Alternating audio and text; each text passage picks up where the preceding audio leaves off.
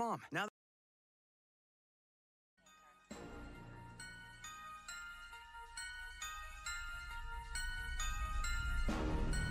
Ice up, son. What's up? Ice up, son. What's up? Carolina, keep pounding. Carolina, keep pounding. The Panthers on a prowl will continue driving down the field to the red zone. We just got a first down and 10. Smitty on the loose, wide open Ted again. Stack 6 more on the board, looking like a win. With the 6-game winning streak, put them out their misery. Brady wanna cry when the ref threw the penalty. Panthers got a hot team, Patriots the enemy. Draw the first blood, different team than we used to be. Cam swerving through the traffic, signaling a first down. Fans on their feet and the crowd getting really loud. Offense did a job off the field. There's a towel. Bank of America. Stadium is going down. Defense got him pushed back to the end zone. Hardy with the sack. That's a safety and we got the ball. Rushing on your shotgun. Staring at the barrel, y'all. All New England fans hear him saying that ain't fair. Ice up, son. What's up? Ice up, son. What's up? Carolina, keep pounding. Carolina, keep pounding. Ice up, son. What's up? Ice up, son. What's up? Carolina, keep pounding. Carolina, keep pounding. Better watch the linebacker, he can read you like a book. Run 40 yards just to tackle Luke. Got him shook, Tolbert like a tank. And D'Angelo with the fake. Stiff arm, out of bounds, 25 to game.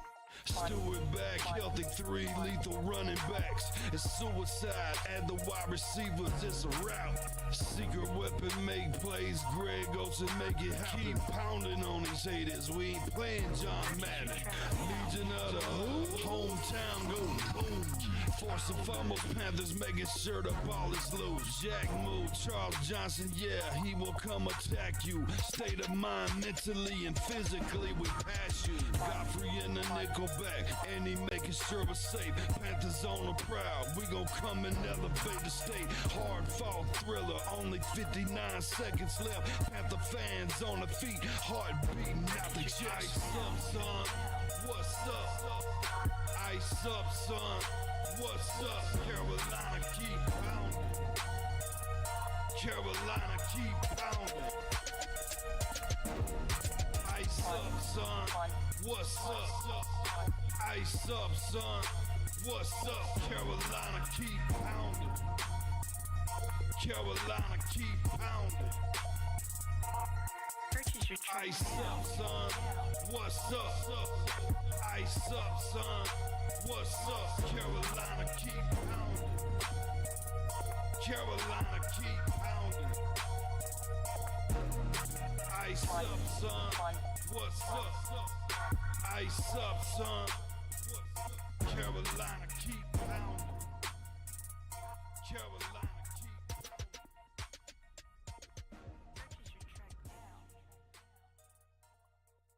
pounding. Chicken Bacon Ranch.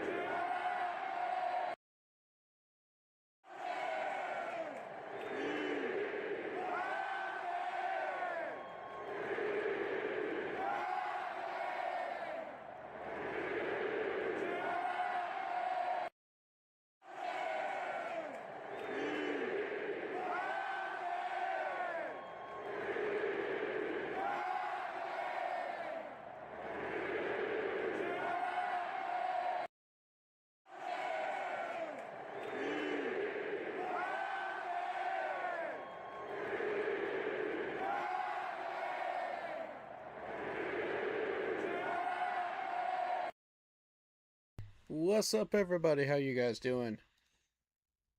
We're back today with another preview stream to prepare us for preseason game number 2.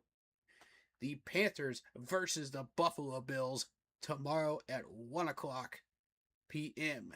in Buffalo. Let's get it going. Row, row, row. Hit that like button, hit that sub button, hit that bell, select all, leave a comment down below if you feel like doing so, and don't forget to check out the Facebook group page. Keep pounding in all caps for in-game posts, polls, opinions, and reactions to NFL news, such as schedule for the channel and for the Yahoo Sports app. Keep pounding Fantasy Ball League. We will be getting that fantasy football going fairly soon. We're trying to determine who's going to be playing this year versus who's not, and then whatever spots are left, we will open it up to the chat to fill in by the end of the month. So, if you like the intro you see on your screen, go check out Lindara Ty on Instagram using her last name first, Ty, T-A-I.Lindara, L-I-N-D-A-R-A, for videos, panels, etc. to enhance your streaming experience if you're a content creator.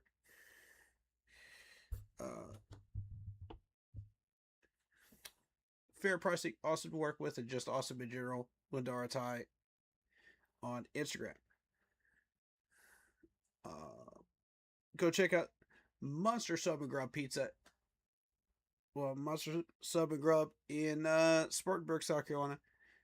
Tasty subs, delicious stuff. Go check them out. Fantastic food. The owners of Panthers fan, tell them we sent you, and hook you up with some delicious food. Of course, you still gotta buy the food yourself. Vinny's Pizza out in Duluth, Georgia, in Dirty Bird territory. Best pizza in the Southeast. Don't take my word for it.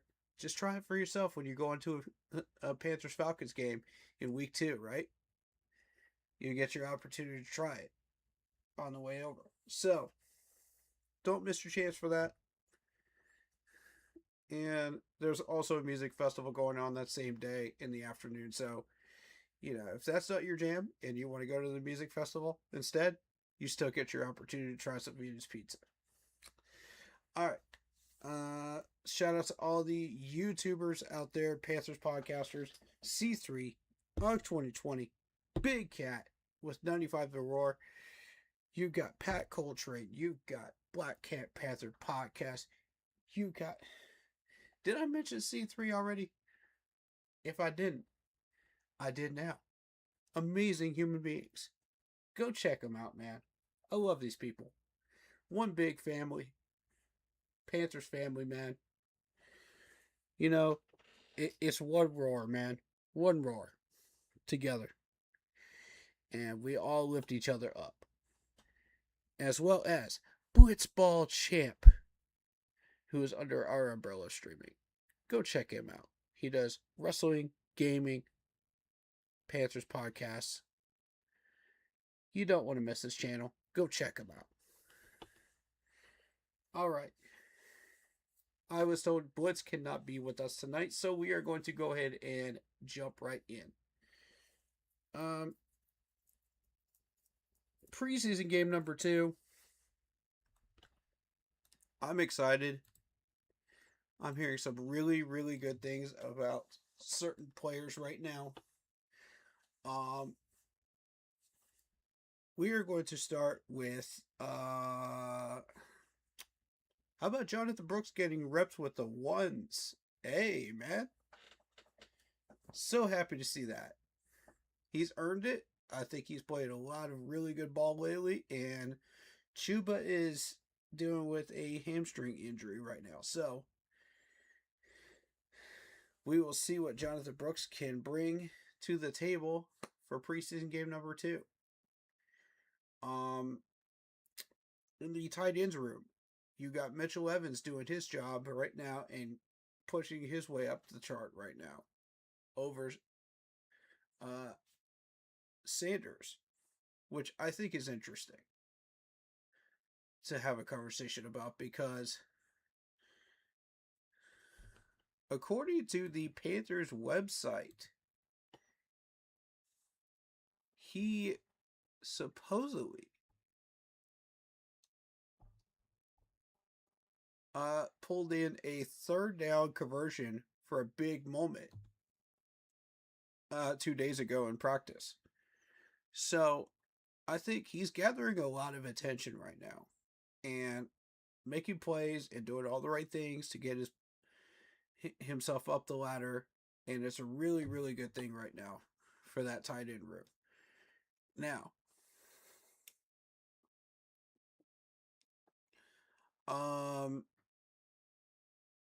we also are about to sign Darren Waller to a 1-year deal pending a physical. So we're gonna find out how that goes. That physical is supposed to happen on Monday. I'm hearing, but I don't know for sure. No one's been able to confirm that, so we'll just assume Monday.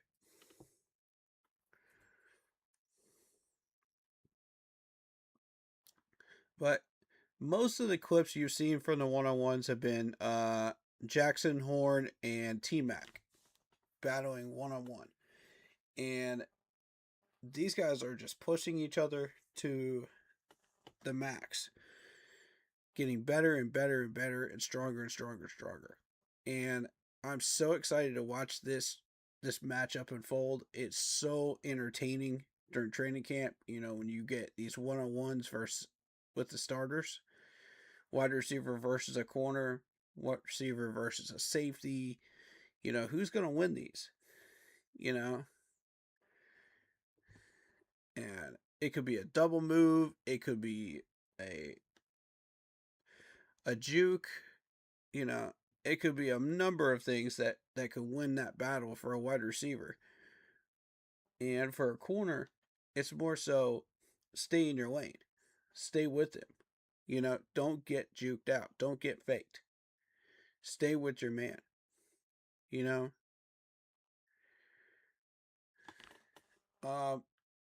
So I think that's something interesting to look at there. You still got the Trevin Wallace and Quaden battle going on. So we're continuing to monitor that.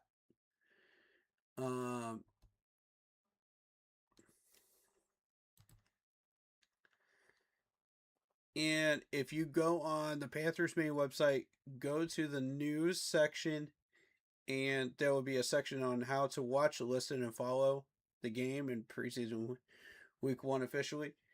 Technically, it's week 2 for us. We're going to count that as week 2 because of the Hall of Fame game. We have 4 preseason games, because counting the Hall of Fame game. So I think that's very, very beneficial for us as far as like trying to narrow down that 90-man roster down to a 53. Whereas we normally would get 3 games. So on the 10th, we also brought back offensive guard Joshua Gray to add with depth to that offensive line.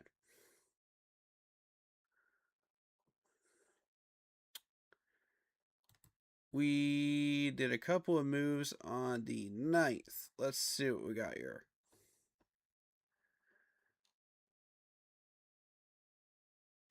That was when we officially signed Kyle Trask. And we waived Malik Maliga and Nick Hampton officially. I was hoping Nick Hampton would step up, but no such luck. I thought I saw something with him, but I guess not.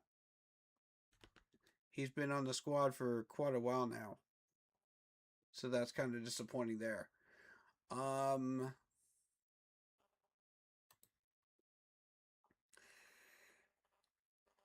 So yes, 1:00 p.m. in Buffalo in the newly minted Highmark Stadium. And I gotta tell you guys, I'm not impressed with this new Buffalo Stadium at all. $2.2 billion spent on this stadium. You get some terrible views. You don't get canopy protection as fans up there, and the scoreboard is too small. I mean, there's been a number of complaints about this stadium already. And if you're trying to host a Super Bowl in Buffalo, forget it. It's just not happening. You know, maybe a draft weekend, but not a Super Bowl in Buffalo. So, could the team end up in the Super Bowl? Now, that's another matter. We're going to take a look at some of the depths that this team has. We're going to take a look at their injuries. We're going to dive right in. So, without further ado,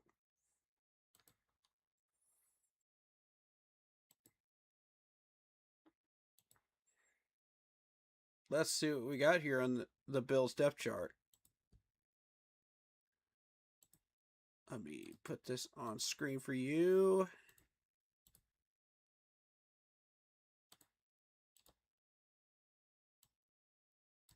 And there we go. All right. We are ready to start diving. All right, so obviously you're going to see some of the starters play on both sides. You're going to see Josh Allen. You're going to see Kyle Allen come into this game a little bit. James Cook will be in. Excuse the yawns. I'm always tired. Busy day today. DJ Moore. You might see a little bit of Keon Coleman, maybe. Although I doubt he'll be in for long.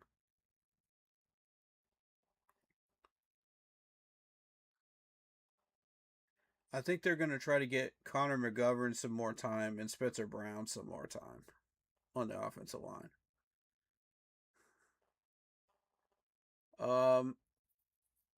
What? Are my eyes deceiving me right now?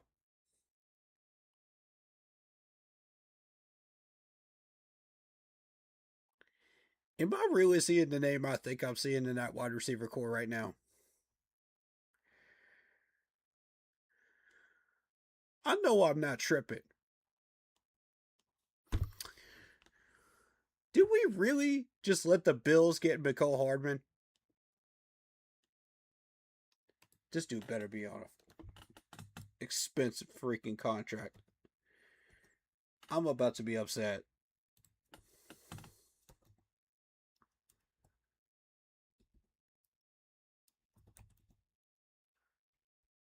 I'm about to be really upset if this is a cheap contract. Are you serious?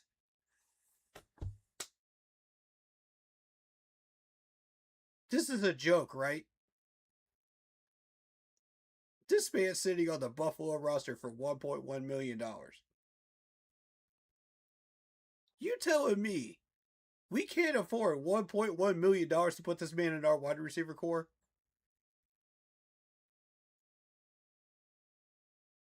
When we know we're having trouble with XL, we know we're having battles down there in the wide receiver core, and this dude is a bona fide freaking Super Bowl winner, and you don't want him on your roster?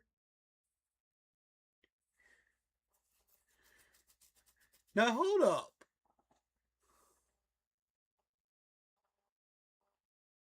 Did you try to tell me you didn't even give him a single phone call? I'm disappointed. I'm disappointed right now.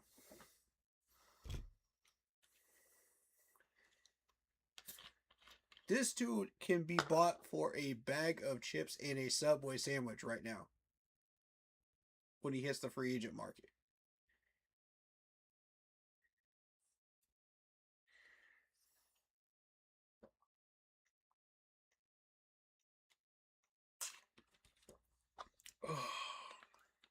God bless. I had to take a minute on that one. That frustrates me.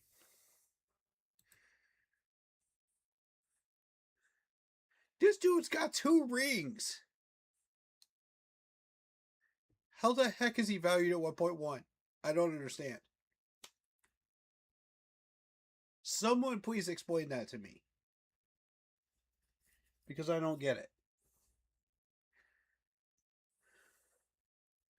And if he's valued at 1.1, why are we not giving him a phone call? I understand we signed Mechie. I'll take Mechie. But given the choice between Mechie and a guy that's got 2 Super Bowl rings with the Chiefs, give me the Super Bowl winner with the Chiefs. That's got hands like glue. Come on now. For a cheaper cost. Give that to me all day. I understand Bryce has chemistry with Mechie, but come on, man. And that's not a knock against Mechie. But when you see an opportunity to improve your wide receiver core at least 5 times over with a guy that's got 2 rings, why are we not doing it? We let the Bills get this dude.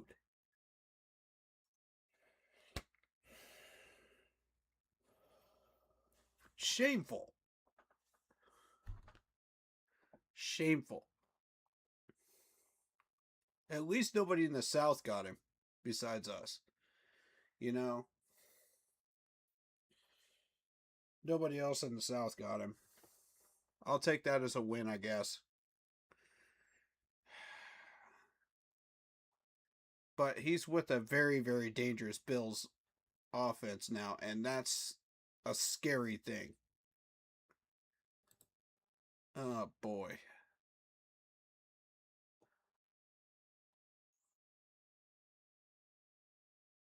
I don't understand why he's not getting more snaps. Why is that a thing? What type of injuries does this man have? Or did have?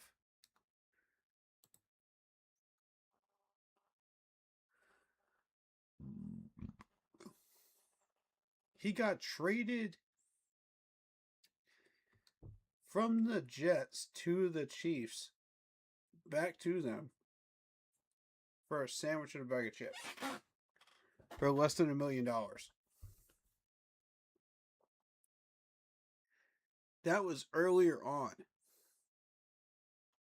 Back at 2024. 23 and 24. Yeah, it was 23.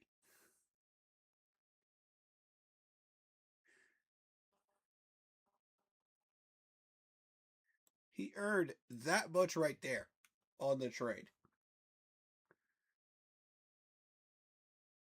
The Chiefs got it back for barely a penny on the dime. That amazes me. I don't understand. Okay, so walk me through this. Renegotiated, terminated, expired, and now an active 1-year contract. So what in the world is going on with this contract? I don't understand. This is some bizarre stuff right here. I don't know what's going on with this.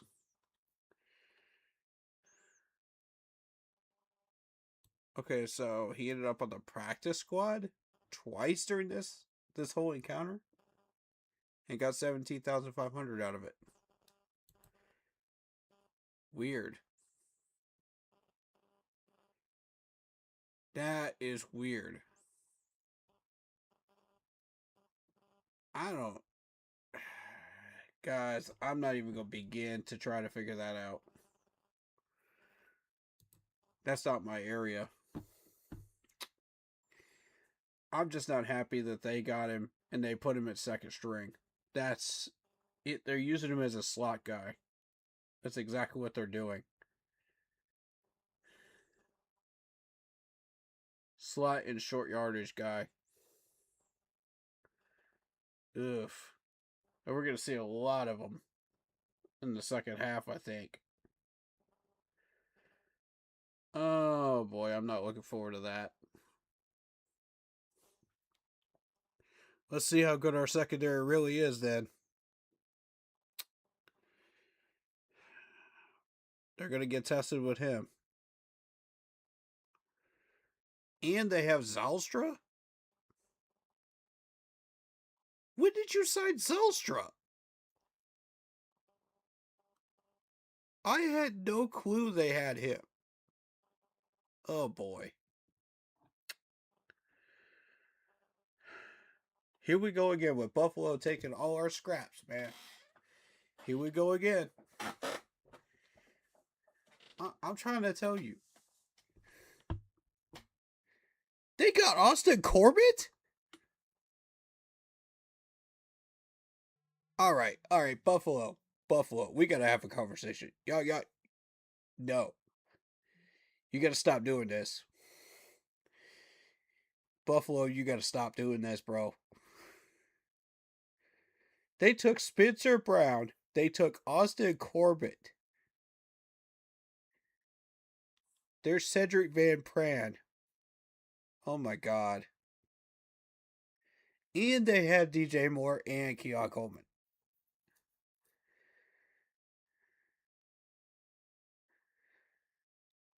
This is crazy. I hate it. I hate every part of this. As a Panthers fan, I hate every part of this. Buffalo, you're about to piss me off by getting all these, like, trash, all our leftover players.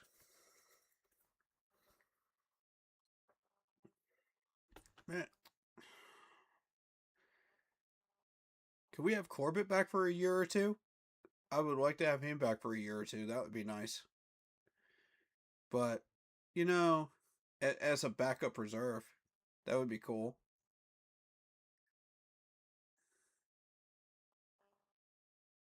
I wouldn't mind having DJ back.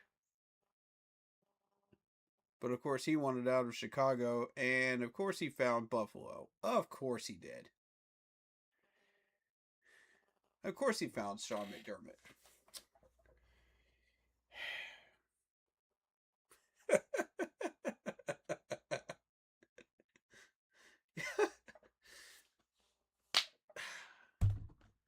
I don't know what to tell y'all.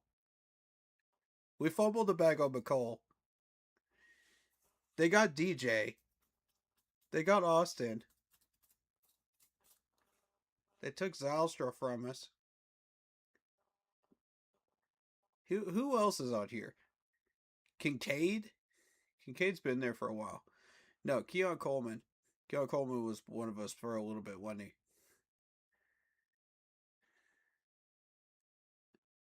I don't think we ever had Van Pran. Did we have Van Pran? I don't remember. They got Mathis? Sheesh. There's Greg Rizal. I know that name. Oh boy.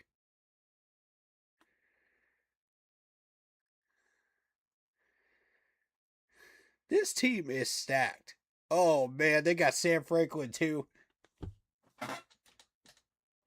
They got Sam Franklin.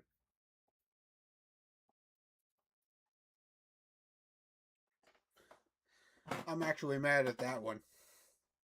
He was a very good special teamer. Dang it.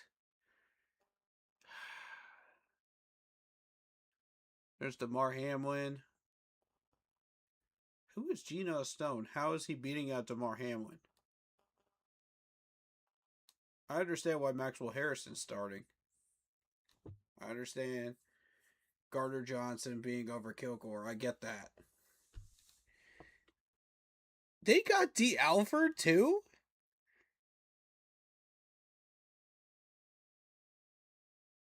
Bruh. This team is stacked.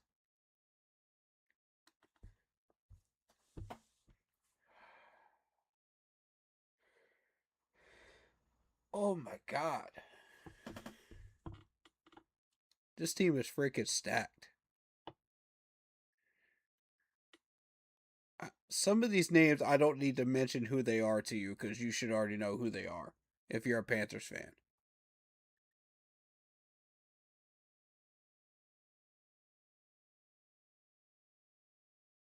I'm getting really tired of this team grabbing up everybody we fumbled the bag on. I'm getting real tired of it. I'm being real with you.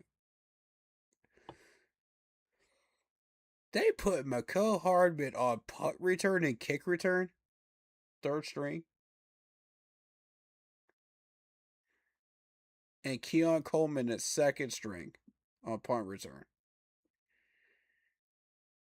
Get the heck out of here.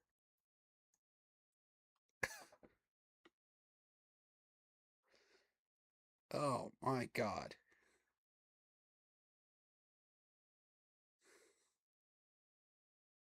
The depth on this team is ridiculous.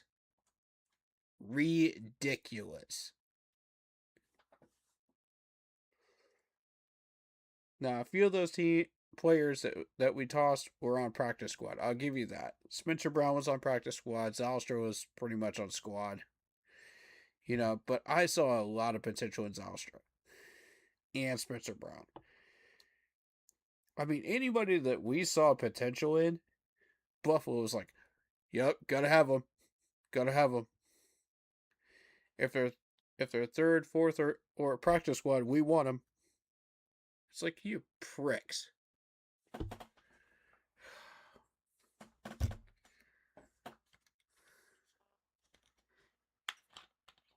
That's wild. I can tell you already, we're not getting past Corbett. If you're pass rushing, you're not getting past him.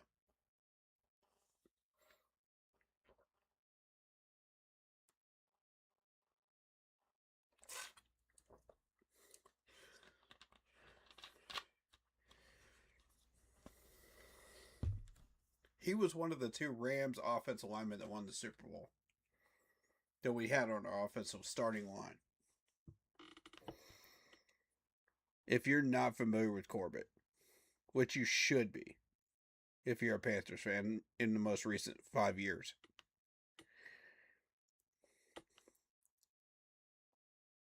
Kincaid is a beast at tight end. Khalil is a beast at wide receiver. James Cook is a monster at running back. And Josh Allen is, well, Josh Allen. I don't think I need to say anything more about him that you don't already know.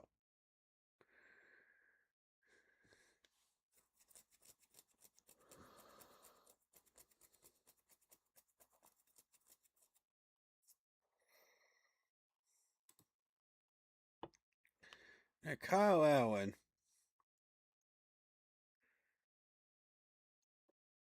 correct me if I'm wrong, what was this dude's history?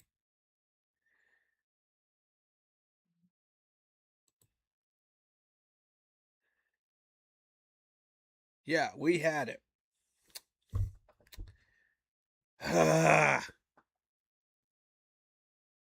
Seriously? Y'all got Kyle Allen too? Who do you not have? This is like Panthers throwaway bingo at this point. My God.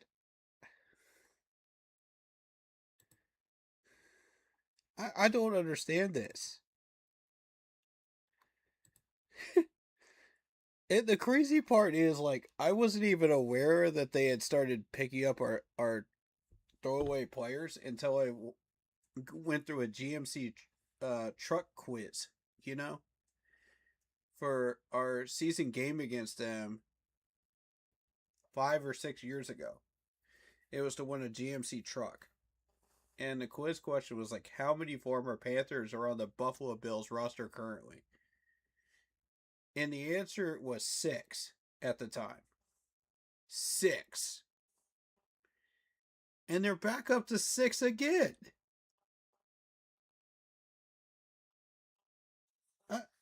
The point, Yes, we toss these players, but the point is that they have them.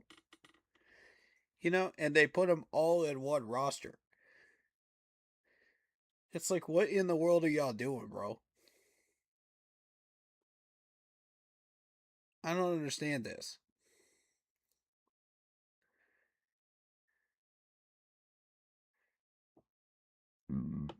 What's up, David?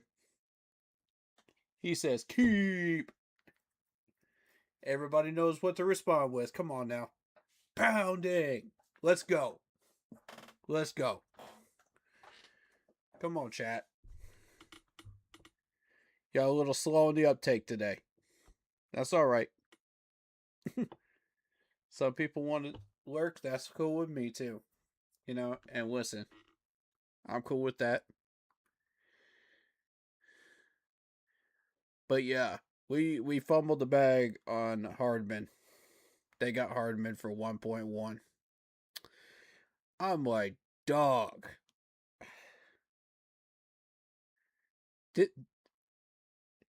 David, were you aware that they got Austin Corbett? Since you're in chat right now, are you aware of that? God bless, bro. That one hurts. But yeah, even the depth hurts. You got Damar Hamlin back here. You got Kilgore. This is his second year in the system, I believe, right? And then D. Alfred. Oh my God. That corner room is nasty in nickel. That is nasty. That's a trio.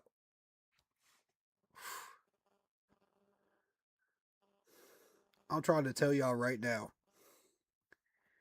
If you're trying to throw anything nickel area, just don't. Just don't. It's not a good idea. During the second half, do not throw it deep against Sam Franklin or Kilgore. They will eat you alive. Both of them are ball hawks. I know that from experience watching them both.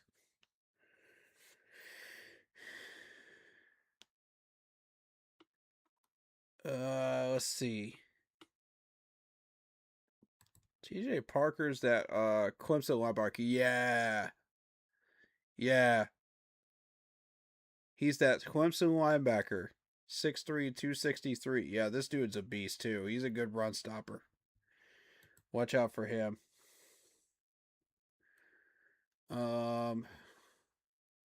Let's see. Zane Durant.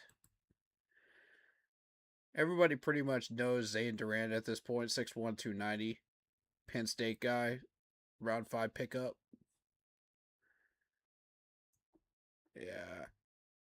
Very dangerous defensive tackle right there.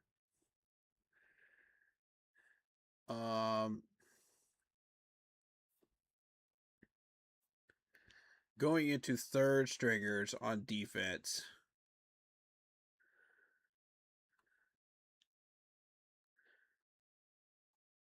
For those of you who are not aware of who D. Alfred is, you need to be aware of who this dude is.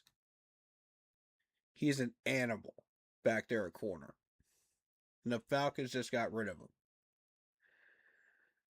13 pass deflections last year. Tied for 14th in the league.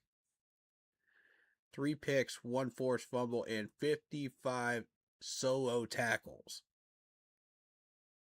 That's all numbers from last year with the Falcons, by the way. That's not even his total numbers. That's just his numbers from last year.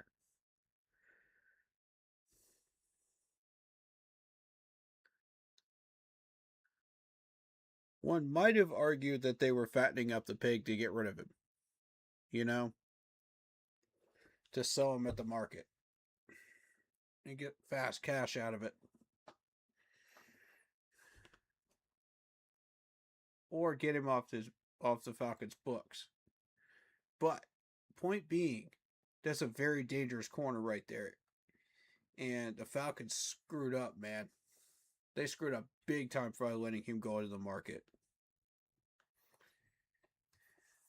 and he went to a great team.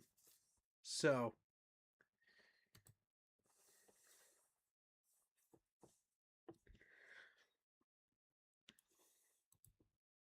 that's definitely somebody to be aware of. Let's see. Landon Jackson. I don't know anybody in the fourth string there. They're not of consequence. But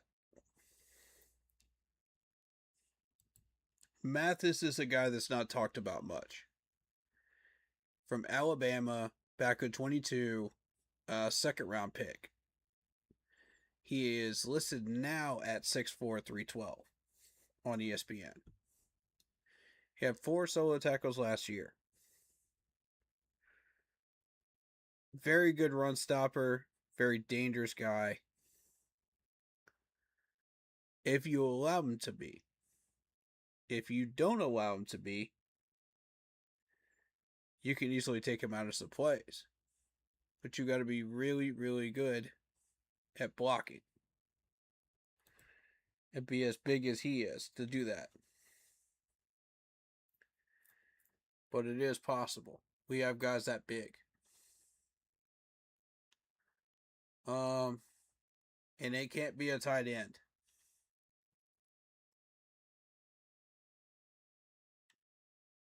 So it has to be an offensive lineman to take him out of the play during the second half of this game coming up. Now, like I said earlier, you're not getting past Corbett. You're better off trying to get past some of these other guys in the second half, but you're not getting past Corbett. You can forget that one.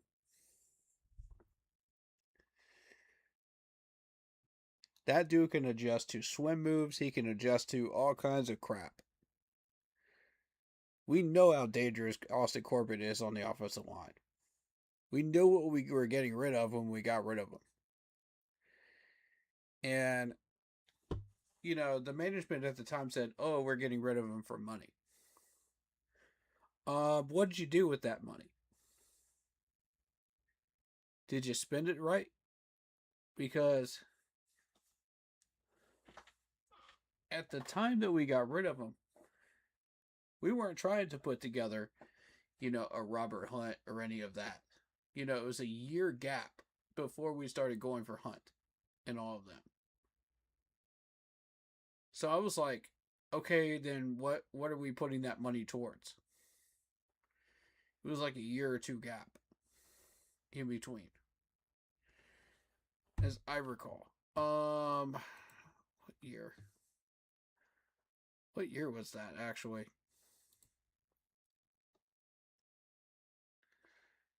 Right, 2022 to 26.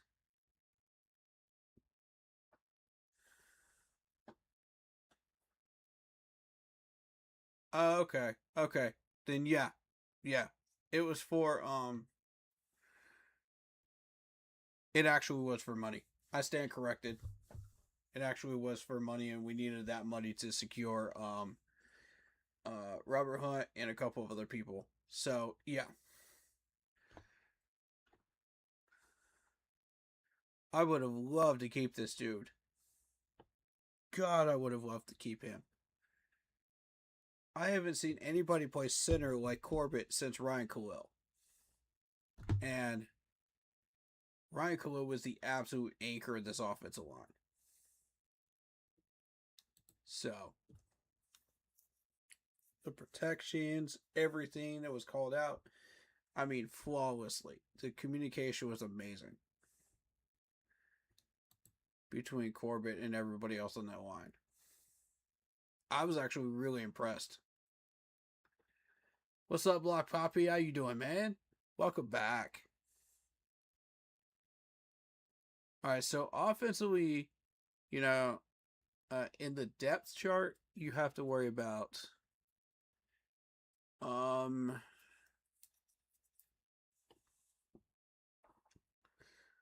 Besides the obvious ones, watch out for Van Pran. I saw a little bit of Van Pran when he was doing some stuff with us.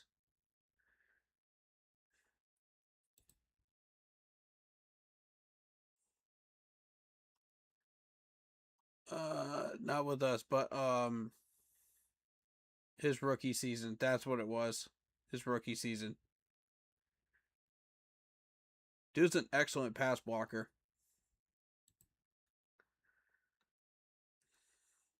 Still listed at 6'4", 315. From Georgia, you can get past him. It is possible. And that's why he's a third stringer right now. Frank Gore Jr. Now, there's a name that people are not going to be paying much attention to because they didn't notice it right away. But the Bills are trying to figure out what to do with this dude. 5'8", 201. You know, he's just as strong of a runner as his dad was. He's just not as physical.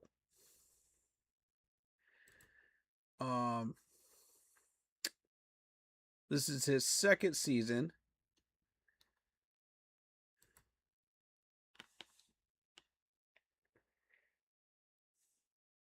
Coming in from Southern Miss. He hasn't had any snaps, really. He had one reception for 6 yards, but that was really it.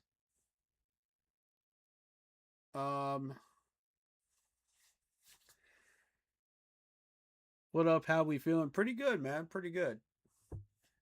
So, I mean, this is really going to be depth chart versus depth chart. We're going to find out how good our depth chart really is against the Bills.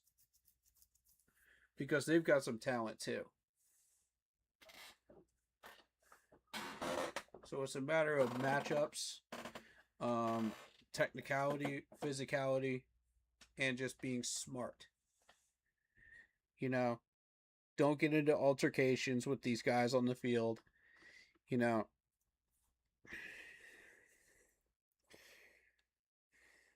most of the time, the Bills players are not that feisty, really, unless they're playing division rivals or somebody that really pisses them off.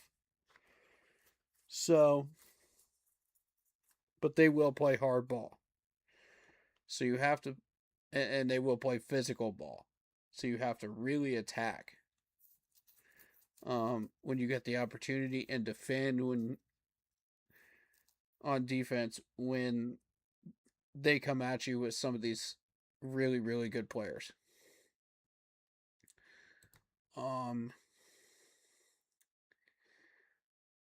I think they may be trying out Ty Johnson first before they do Frank. So we'll see what happens there.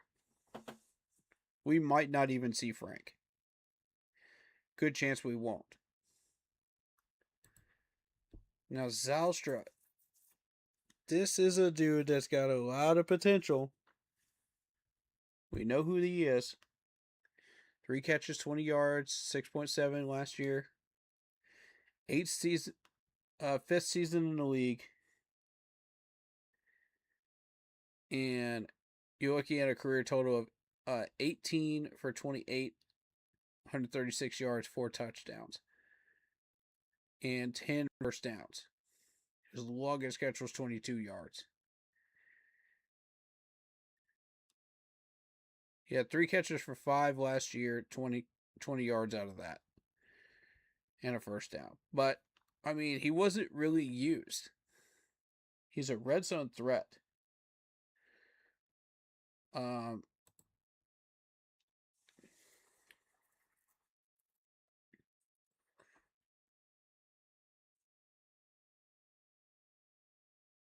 I've had my eyes on this dude for a while. So, listed as 6'4", 244. Very dangerous tight end. Do not let him get open.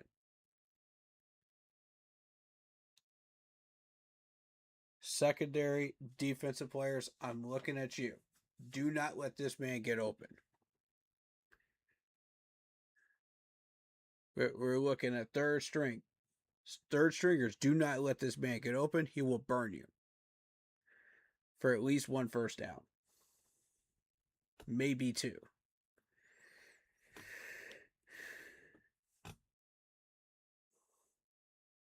Let's see. I've actually been in some recent streams. Just wasn't trying typing because I was tired from work. Yeah, no problem, buddy. But you've been watching though. Appreciate it. Appreciate you being here. But y'all, look at all these former Panthers on this roster, man. It's disgusting. That's no.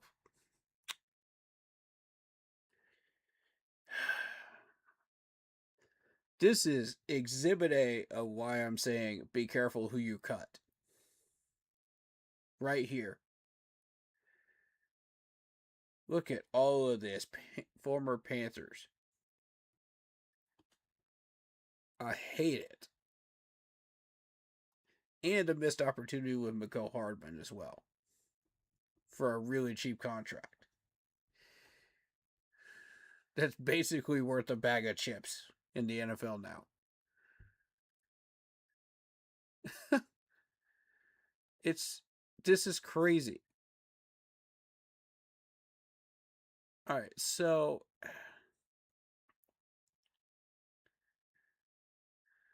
who are the biggest names that stand out to you? Are we talking starters or are we talking depth people?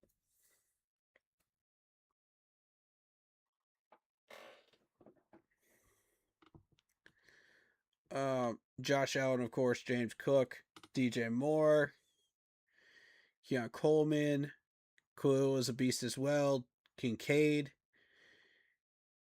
Connor McGovern, excellent center.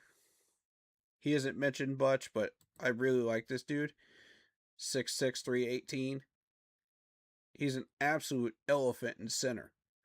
Like you're just not getting past him. Spencer Brown, of course.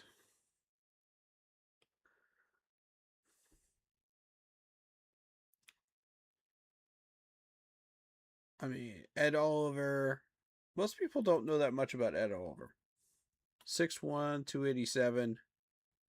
10 solo tackles, 3 sacks last year, 1 forced fumble. He's somebody to watch out for. He's a round 1 pick in 19.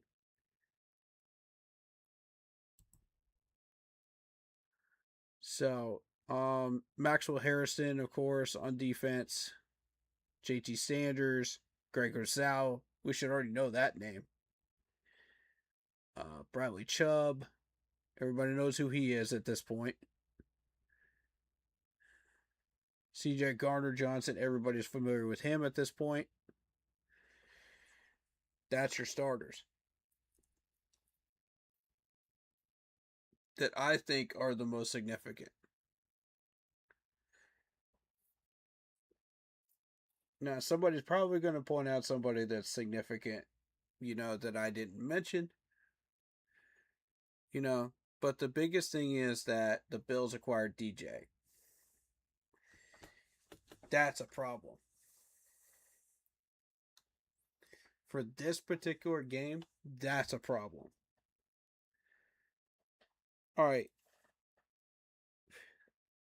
Here's what I want to see matchup-wise. Defensively versus this offense.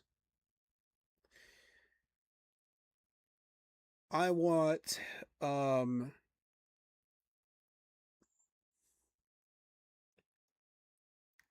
boy. If we put JC on DJ, that lets Keon Coleman have his fun. 1-on-1 versus Mike Jack. I think he can handle it.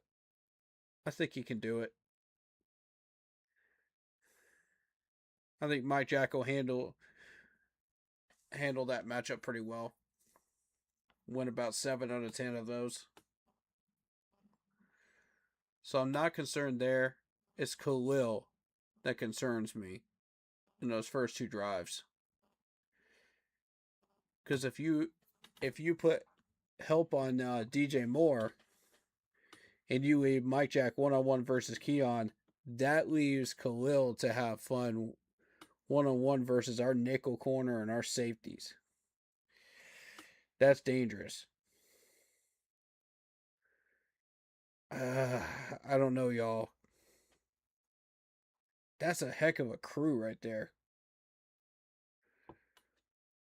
And then you add Mikael Hardman to that mix over the middle. Our linebackers better be on point with Mikael.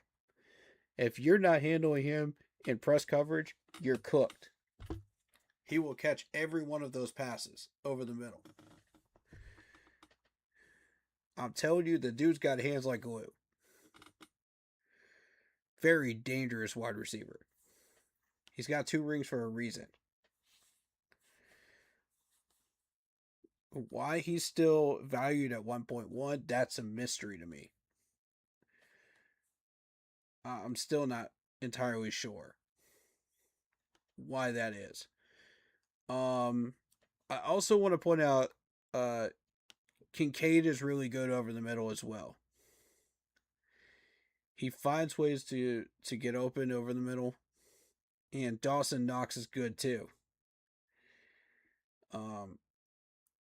So linebackers, be on your A game for those two. Okay? Do not let them out of your sight. If these guys even get a step and a half on you, you're cooked. That's how tight that is. I'm telling you. With Kincaid, that literally is how tight it is of a window. Same with DJ Moore. So I'm going to need JC to be on his A game today too. Coming up.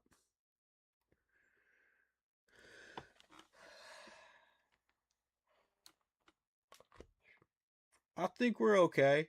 As long as we put Nick Scott in run defense packages and not in pass coverages. Keep Lathan out there for pass coverages. I think we should be fine. If you want to line Nick Scott up for blitzes or keep him, around the defensive line, that would be perfect. If it's possible to do that in some of these defensive packages. I would like to put a little more heat on Josh Allen back there, and Kyle. Both. Kyle Allen folds under pressure. Josh Allen does not. Josh Allen will roll right out of it. Or step right into it and boldly, with the biggest stones I've ever seen, throw this ball 50 yards down the field. He just does not care. So, you're really dealing with a monster of a quarterback with Josh Allen.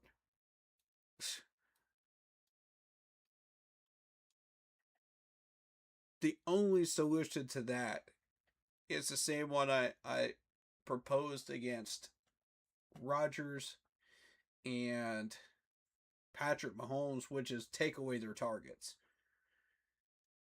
Take away the targets. If you can press these targets and you can make sure that they stay on them, in the first 2 drives while these guys are in, it buys the pass rush on the D-line just a little longer to put pressure on Josh Allen and flush him out. You're probably not going to get a sack, but you could pressure him and force him into a bad throw. Or a few bad throws. Depending on how we approach that line tomorrow afternoon.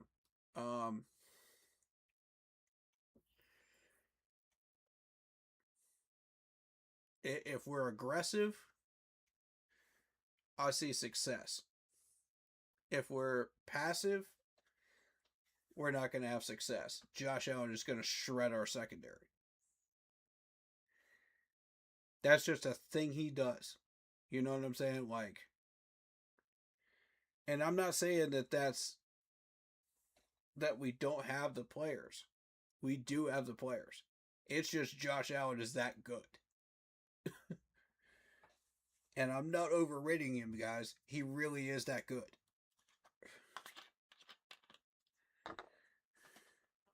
So, second half of the game,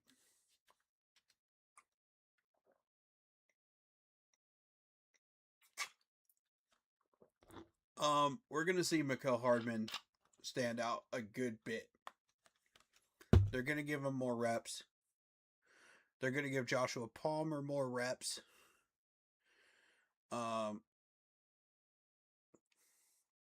And Dawson Knox. This is your opportunity, secondary, to show that you've got the skills to handle these guys. If you could show that you can handle these guys consistently, there may be a starting battle for you.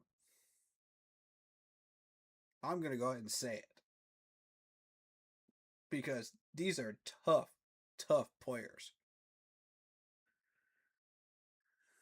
This is not your run-of-the-mill group here in depth chart. This is one of the top 3 depth charts I've ever seen in the past 5 years. You've really got to know these players and understand how to beat them.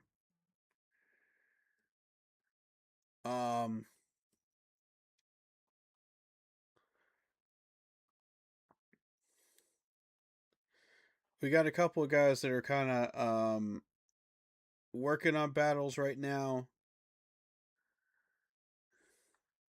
And we'll take a look at them real quick.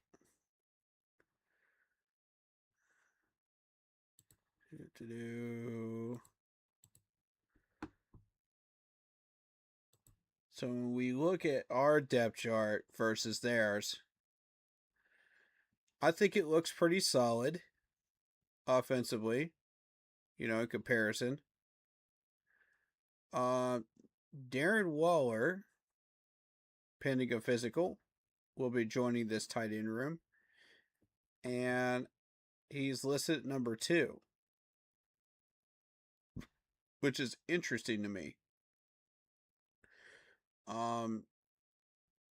Evans is beating out Sanders currently. But we need all 4.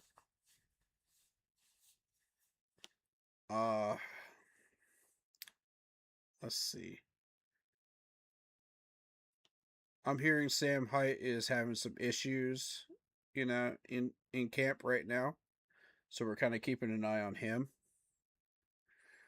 I'm personally keeping an eye on Stone. Because I feel like he's struggling a little bit back there. Those one-on-ones did not look good to me versus defensive linemen. I want to see him in an 11-11 drill. I want to see how he does there. Players like that, I want to get like a closer look at these guys and just have a better understanding of what we're dealing with by eyeballing them in person. This is why I prefer to be up there in camp for situations like that. So I can watch like several of these drills. I can see like his footwork, his mechanics, stuff like that. Is there an issue with physicality, and we recently slowed down a video in the last stream of that one-on-one of Stone. And what we saw was the lack of physicality on that one drop, that one rep. But we don't know for sure because, I need to see more reps from him to be sure that that's the issue. But right now, that's what it looked like in in slow playback mode. When you slowed it down. See, that's that extra tool that I wish I had during training camp to be able to record all these videos and stuff like that so I could slow these things down a little bit and then take a look at technique, hand placement, placement, certain movements that they're doing.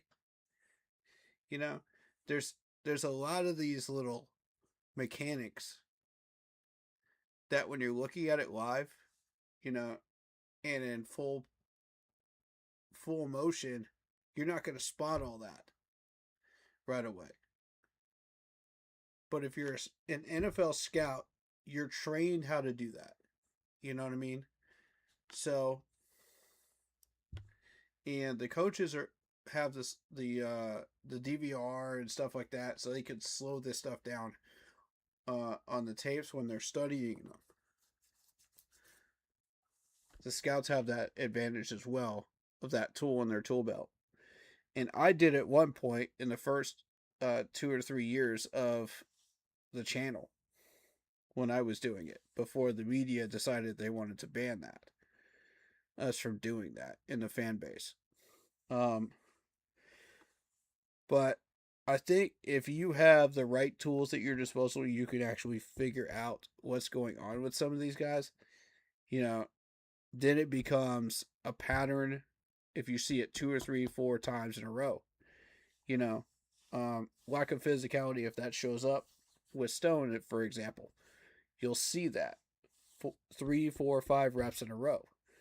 And you'll be able to say, okay, that's what you need to work on, in order to get to the next level and battle Rasheed Walker, for that next spot. Like, there's certain things I want to point out to certain players, so that I can say, okay, here's what you need to be able to battle for the next spot up. Because I know you've got it in you. I know you could do it. It's just a matter of, are you willing to work on your craft? Once you figured out what the problem is. So,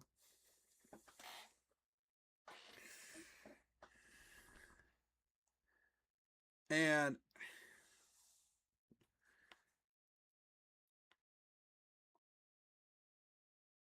I think when you look at this offensive line, it looks pretty solid on paper. But again, I need to see more reps. I'm not seeing enough reps to be able to figure out what's going on with this offensive line yet. I saw a good chunk of it during the first preseason game.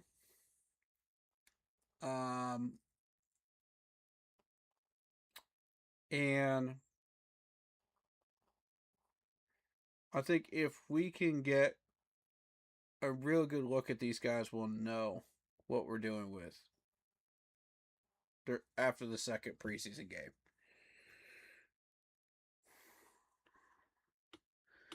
So we're going to see a bunch of reps from Freeling with the ones. This will give us a chance to really look at Albert Reese for the rest of the game, which is what I want. I haven't had a real good look at him yet. We know what Brady Christensen can bring. We know what Luke Fortner is going to bring. We know what Nick Samach's going to do, pretty much. I need another look at Rasheed Walker and Jake Curran on that offensive line. I need to see what we're doing with those two. And then I can properly say, okay, yeah, we might have something between one of the two of them. Joshua Gray is pretty much going to be cut.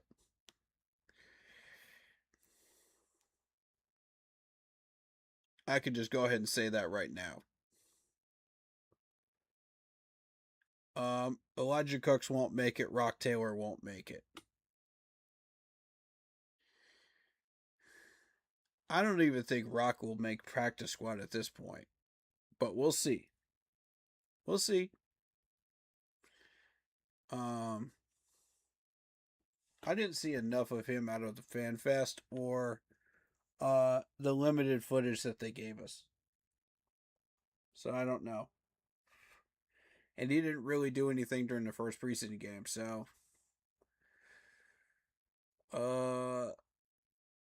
they kept feeding Bryson, they kept feeding Jasheem Reed, which I mean that's good. I wanted to take a look at Jasheem Reed here, and I like Reed a lot.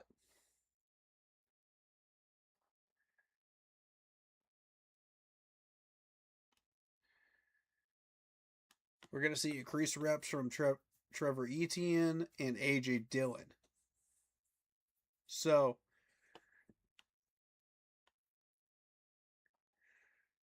I personally would like to see what Kyle Trask can do as the new addition.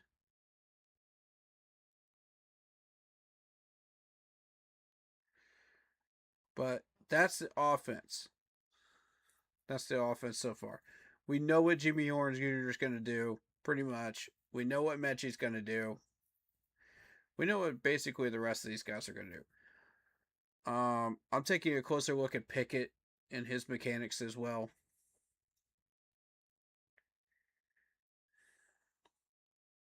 So, defense. Let's look at, for this particular game, I want to see more of Cam Jackson. I want to see what he can do. He showed me a little bit of something in the first in the Hall of Fame game, but I need to see more. I need to see some consistency there, which I think he will show me. I like Jared Harrison Hunter here. I like this dude. I think he's got potential. But I need to see him maximize his reps. You know, take full advantage of your reps.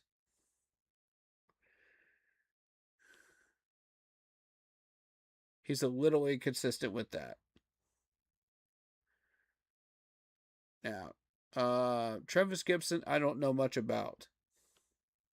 That's a newer name on this list. I need to learn more about you. Cam Gill, we've seen some talent from him. Jeremiah Moon probably won't make it. Mama's going to be gone. Most likely. Matt Below's probably going to be gone. I just don't see him sticking. He might make squad. Him and Mama might make squad. I don't see a 53 though.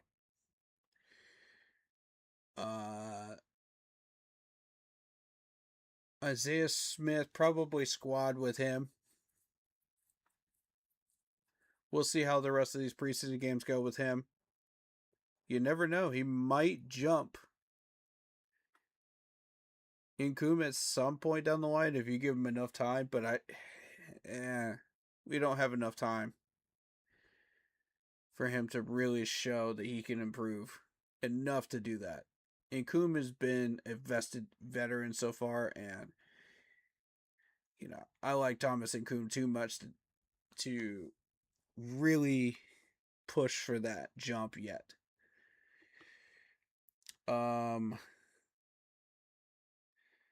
Caleb Evans is another one I'm watching closely because I've seen some press coverage from him.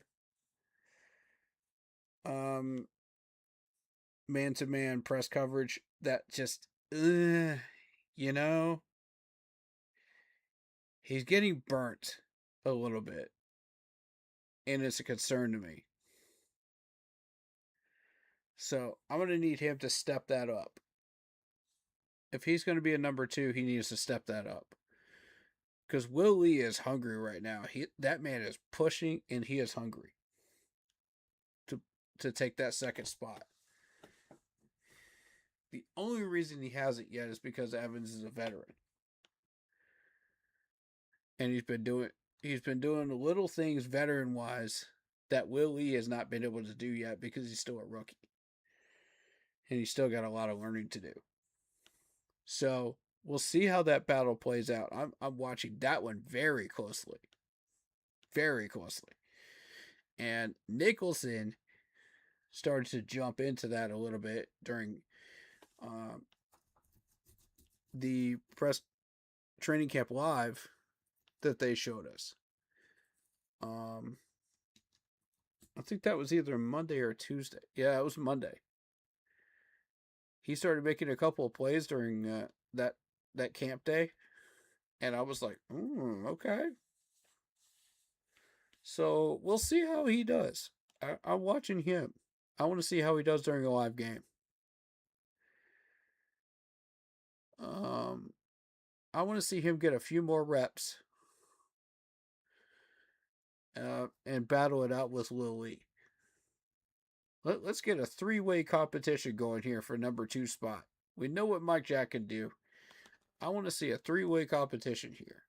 Show me who deserves to be in what spot. That's what I want.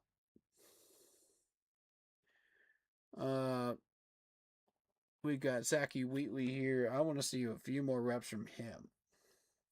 He didn't really show up except for the tackle stats. So I need to see like how he's getting some of these plays. Like how is he getting some of these tackles? How is he? What's his form like? You know, what's his mechanics like? You know, that's what I'm looking for with him.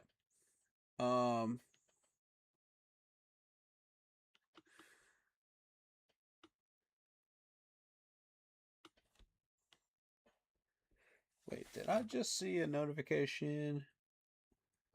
Clay just messaged me that 2 of the best pass rushers for the Falcons will miss week 2 against us. Wow.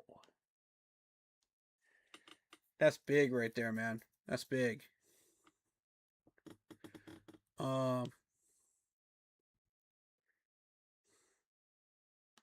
I had my eye on that game. I was thinking about going to that game, possibly, in Atlanta.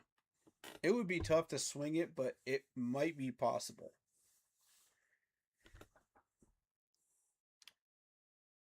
But we'll see. I don't really like going to games and events and stuff in Atlanta, to be honest.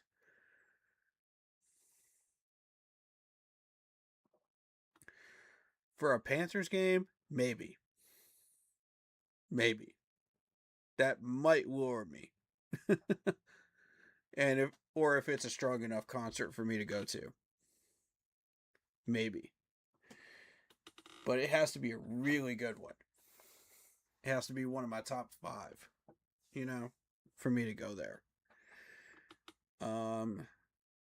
But yeah, a Panthers Falcons game. I've never experienced a Panthers Falcons game in Mercedes-Dome before. I've seen them in Bank of America Stadium, but I've never seen it in Mercedes-Benz yet. So it's an option.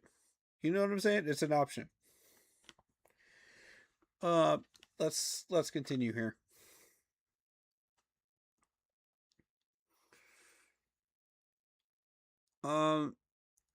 Nick Scott, like I said, needs to be in run defense packages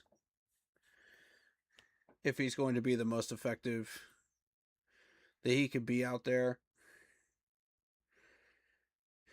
I want Lathan in pass coverage packages and Damani Richardson backing him up.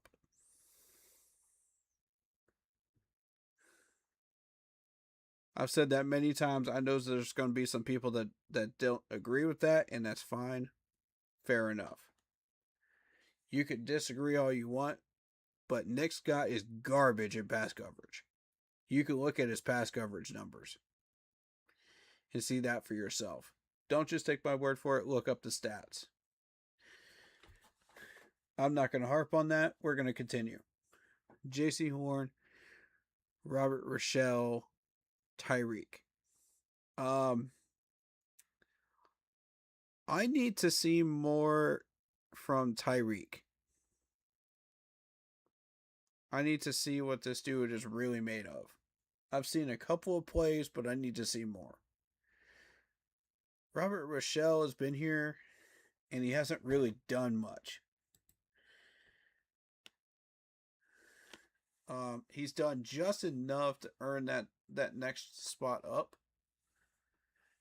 You know what I'm saying? But it's not enough.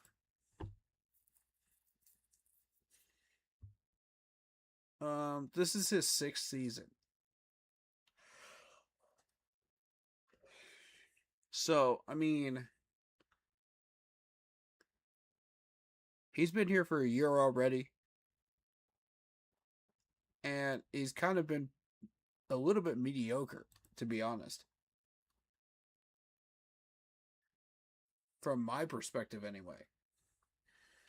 I think some other people might disagree with me on that, but I mean, if you look at the numbers, he only got 2 solo tackles.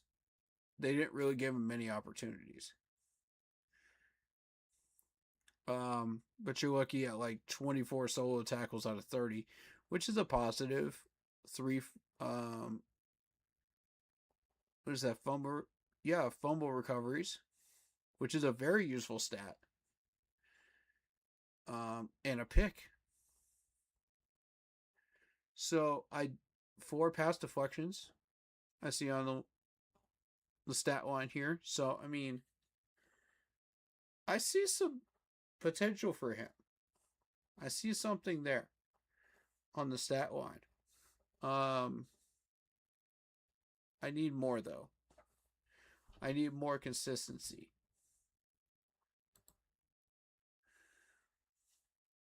If I'm going to truly say that Robert Rochelle is going to keep his second string job here. But Tyreek just hasn't been doing enough to push that line until this past week. And for those that are not familiar with Tyreek, he's 6 foot even, 185. 10 solo tackles, 1 forced fumble, 1 pass deflection last year. So, I mean, if you compare the stat lines, 10 for 14 passing, tackling wise, I mean, 1 forced fumble and 1 pass deflection. I mean, it's not quite enough to make that push. But if he continues making solid plays in camp, I think there might be something there. I saw him during FanFest make a play that impressed me. So, like I said, there is something there. There's something brewing. But may the best man win, that's backing up J.C. Horn. We need a solid number 3 right there. And Caleb Evans so far has not given up that job at all. I think Will Lee might be the number 4 over Robert Rochelle at some point down the line. But he's got to earn it. Because from what I'm seeing from Will Lee, I'm seeing the next Mike Jack in Will Lee.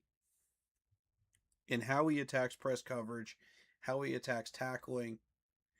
He's learning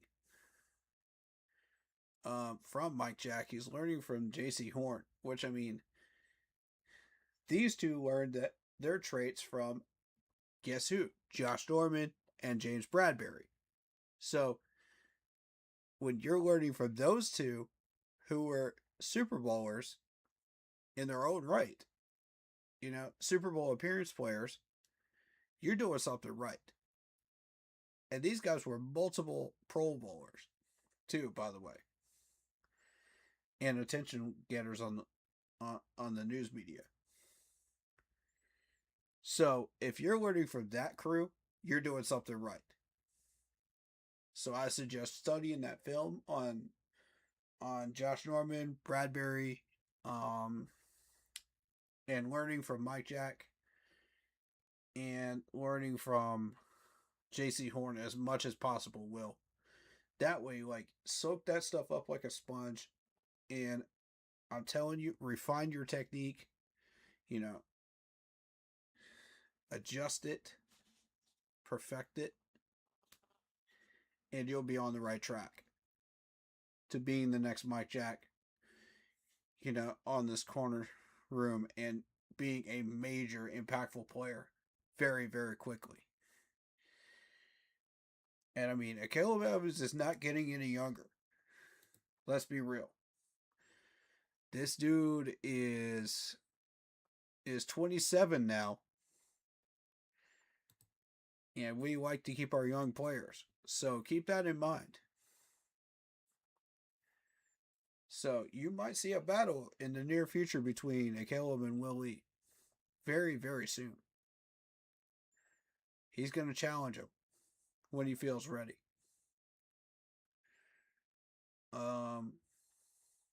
Lathan, I mean, there's been a lot of positive talk about Lathan.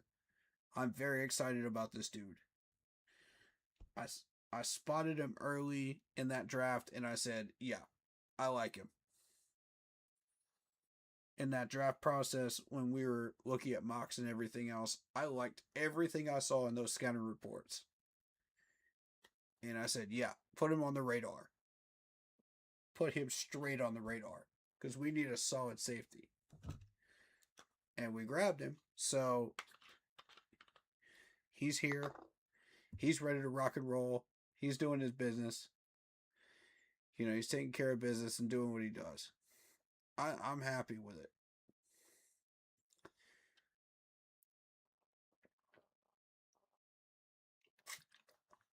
But let us not forget about Corey Thornton. Corey Thornton has been the bona fide number 4 so far. Or number 3. If you want to count him as number 3, you can count him as number 3. But he and Caleb Evans have been battling for that spot for quite a while. 8 solo tackles, 1 forced fumble, 3 pass deflections last year. I mean, you can't deny Thornton's been doing some work. This is going to be a tight corner room, y'all. Very tight corner room. And that's a good problem to have. Because we have a lot of talent there. This is going to be a lot of fun watching that battle.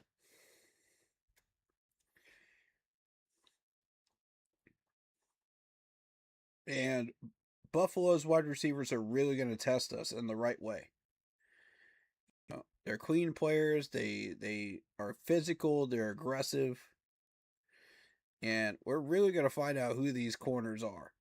So I'm really watching those battles in particular tomorrow.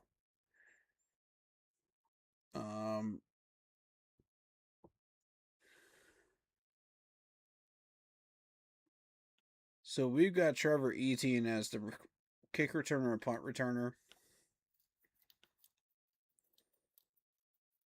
I mean, honestly, if we're not going to use Jimmy Horn, and if we're not going to use David Moore, why are we not using them back there?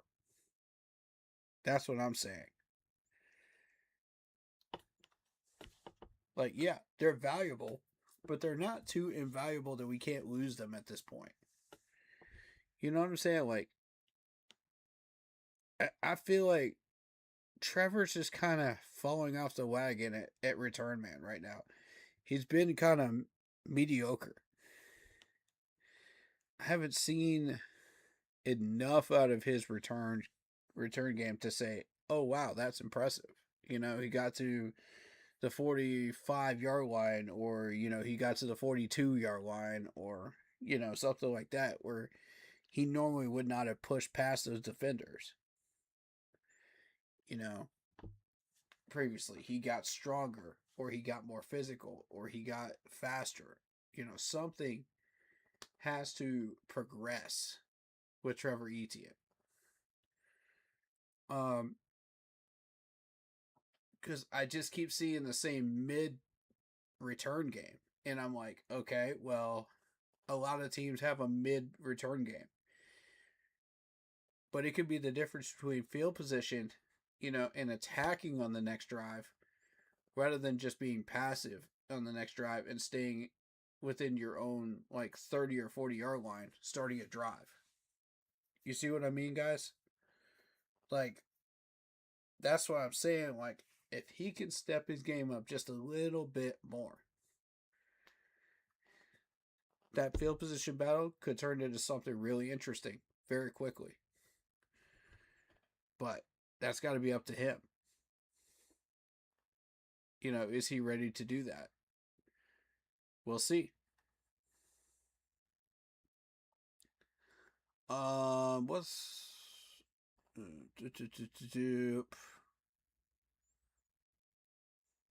because Tashar Wharton has been out, we've had Jarrison Hunter in.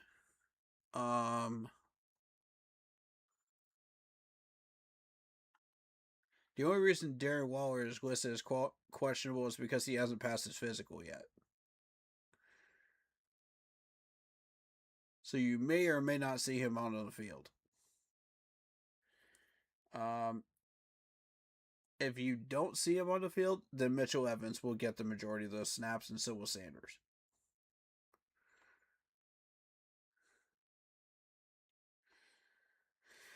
And it just seems like we have both the starting tackles out, and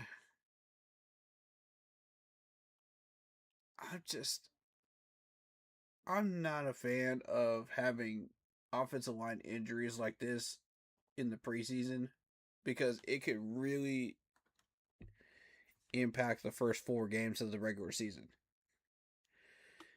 in a really bad way. So I just hope Freeling is up to the challenge. We're going to find out. I really like Freeling. 6'7", 315 from Georgia. They tell me he can play left or right tackle. So I'm excited to see what he could bring to the table. We're going to find out real quick.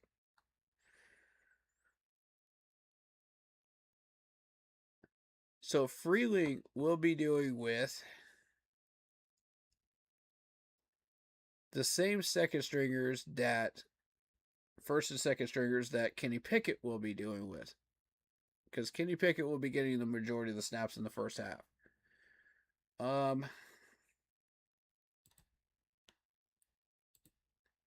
let's take a look at these Bills pass rushers one more time.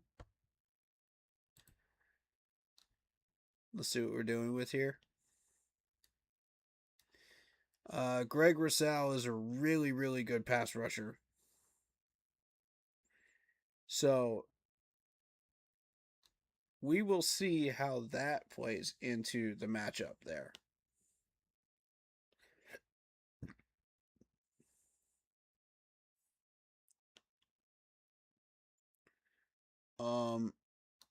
You got JT Sanders, you got Ed Oliver on either side. I think we should be okay. Zane Durant and Mathis will get a chance to really show who they are in this preseason game. And to be honest with you, I'm more concerned about Zane Durant than I am Mathis. Mathis has been around for a bit. He's been above average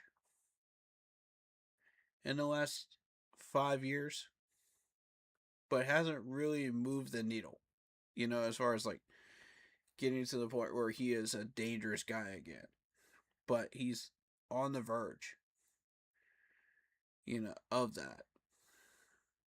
But I don't think he'll ever cross that threshold again. Because he's getting older. He's getting 20. He's 28 now. They're not using him as much. But Zane Durant brand new guy. Penn State, very hungry player. 5th rounder. And now that he has kind of gotten the idea of what Buffalo's playbook is and what their system is, he isn't quite acclimated yet. So that means you could take advantage of him. If you're on the offensive line, and ensure that he doesn't beat you too badly.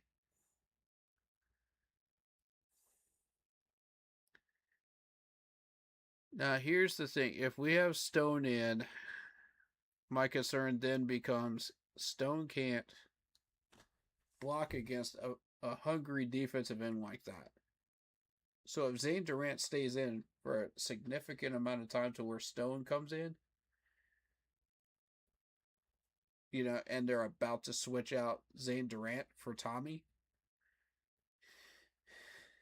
Zane will win that matchup.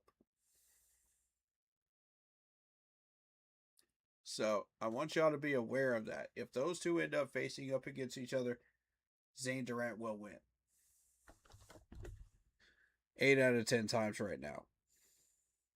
Because of the fact that Stone is not physical enough. So that's the theory anyway. Based on what we know about Stone, based on what I've seen from a few reps from him. Now, I still need to do a lot more research on Stone and scout him properly. But that's based on what we know right now. So if those two do face off, we know who wins. Now, if it's Tommy versus Stone, okay, fair enough. I don't know who's going to win that one. Probably.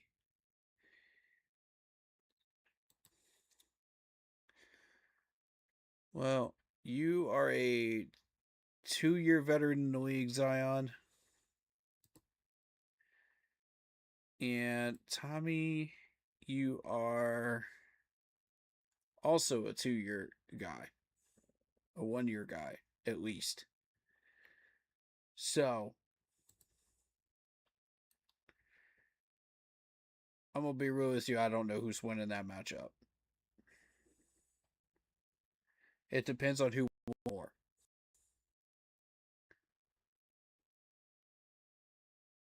But if Stone doesn't work on his technique, and he doesn't work on his physicality, then, yeah, he's going to keep continuing to be beat. And we don't want him turning into his turnstile.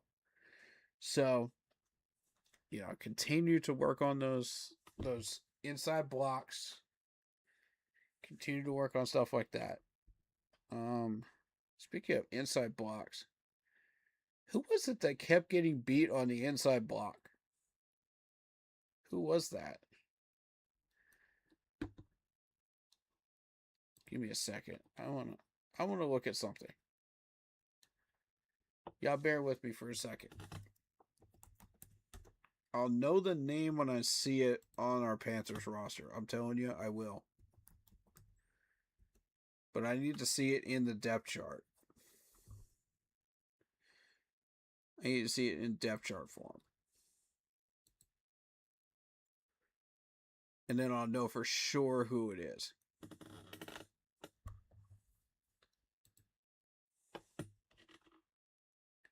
And it's something I've been pointing out for a bit now, too.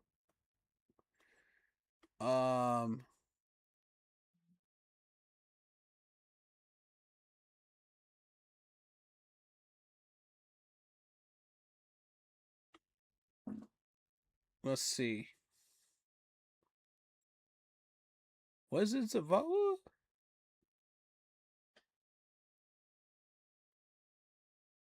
I want to say it's Zavala, but I don't remember. I think it was Zavala. Yeah, it's Zavala. From what I've seen during preseason games of Zavala, he keeps getting beat inside. So I need to see him start to strengthen that up a little bit and cut that off in his game.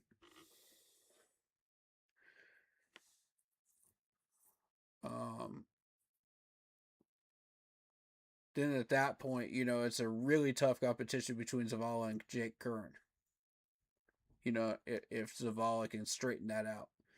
But right now, Zavala is leaving the door open for Jake Curran in that competition at left guard. So I want to see what happens there. Now that Zavala has been made aware of his issue, can he fix it? So there's advantages to pointing out these issues, in preseason versus regular season, where you don't want to point this stuff out because the opponent will get their hands on that information. You know what I mean? There's a big difference.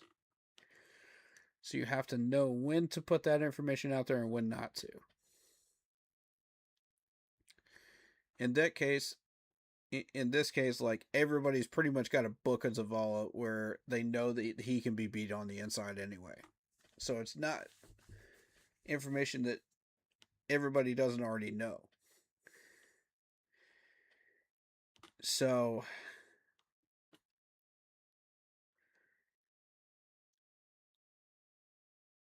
like, I'm never going to put information out there that people shouldn't already know,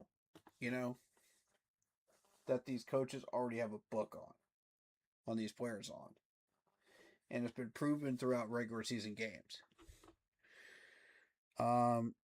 During regular season time. Now, preseason time, that's a little different because you're trying to get the most out of these players. You're trying to get the most out of their battles and so that they will win battles for their positions and have the best possible 53-man roster that we can build.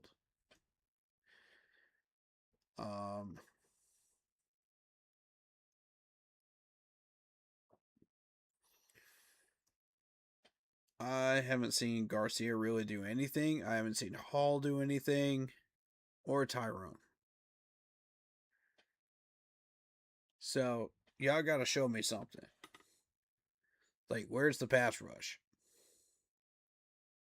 Like, we were literally playing against Arizona in the Hall of Fame game. Everybody was competitive. Y'all got to show me some pass rush. Show me some pressures, at least. I need something out of y'all. Like, if you got any reps at all, where were you at? So did we get anything on them stats wise to where we can say, yeah, they made an impact in the first game?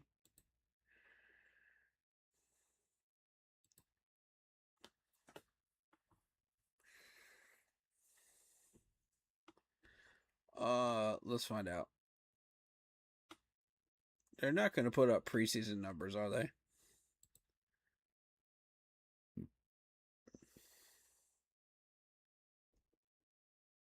No. Those aren't up here. Okay. Fair enough. You win some, you lose some.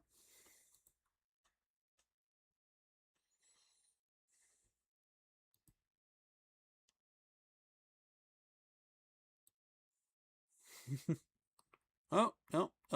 We might have something. Hold up. Box score. Okay. Wheatley leading with tackles. So I take back what I said about Wheatley. He's producing. Very good. There's Kuwach with 5 tackles. That's exactly what you want to see right there. Robert Rochelle with 4. Let's see. Terry Funderburk.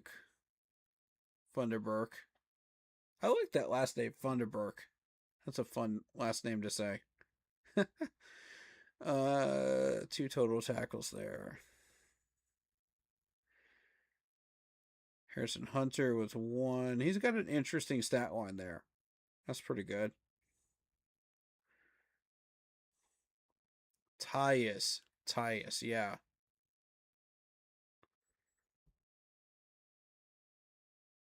But again, you don't see any of these guys on this list here. And that's something we got to look at, pass rush. So, Anthony Tyus, that brings me back to Tyus. This dude, he was kind of wishy-washy in that Hall of Fame game. He showed me some really good things, but he showed me a couple of bad plays too. That I was just like, when he's still a little raw. You know what I'm saying? He's still a little raw. Give him some time though. I like Tyus. I see what the management sees in this dude. I do. I think there's something there to explore.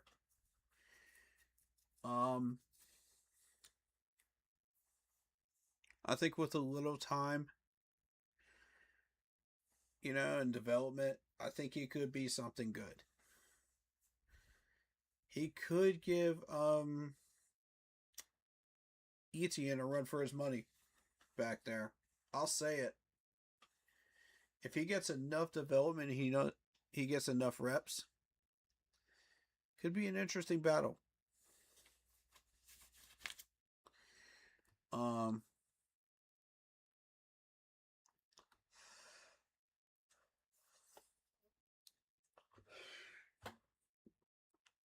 In general,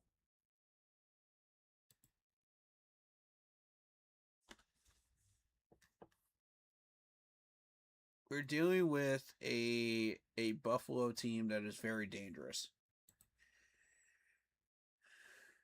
Depth-wise and physical-wise on the field. Their physicality matches what they put on paper. They don't just talk the talk, they walk the walk. And that's thanks to Coach McDermott. He's an excellent coach. So here's some of their most recent transactions.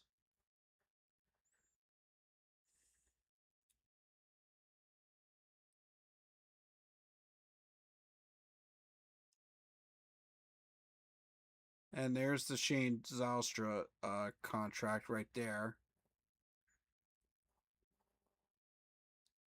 So they waived a kicker to do that. So I'm kind of seeing what else money got waived, to pick up who they did. Okay. It's mostly just signing people. You notice that? There we go. Terminated the contract. They got rid of Samuel? They dropped Curtis Samuel. Ooh. Where is he at right now? Hold up. I think somebody signed him, didn't they?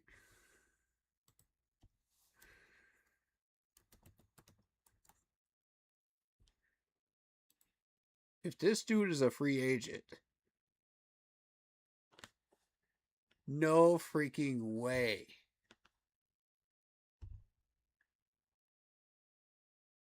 Say what?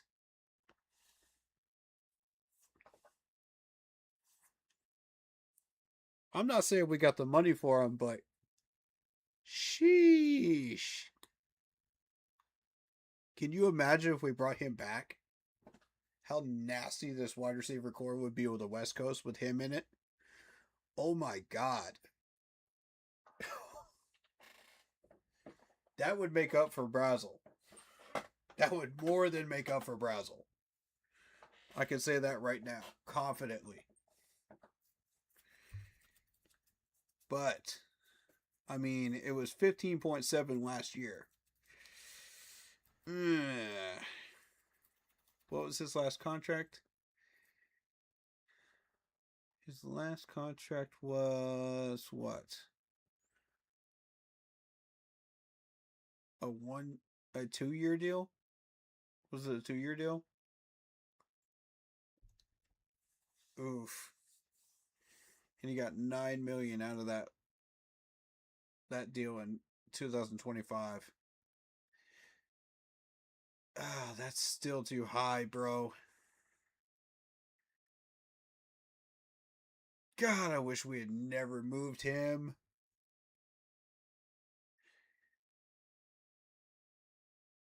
What were we thinking, y'all? What was our management thinking in 2020? Getting rid of a player like that. That's just stupid for that type of money.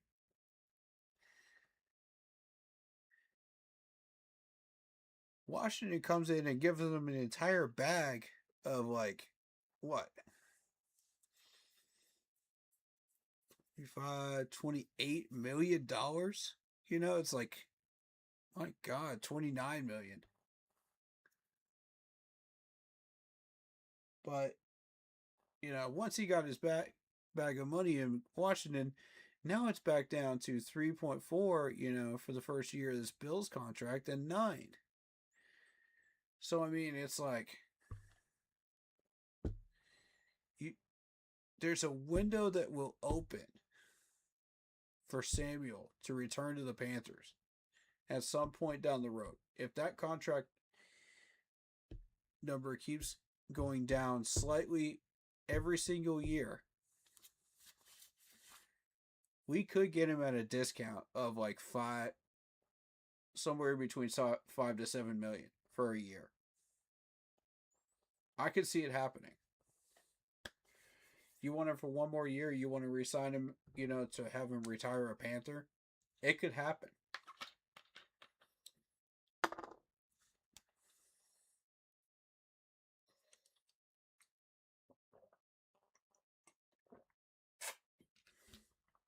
If we have a major injury somewhere, so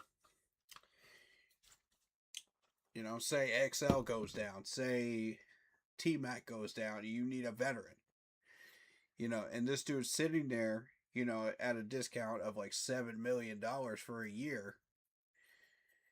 If we've got the money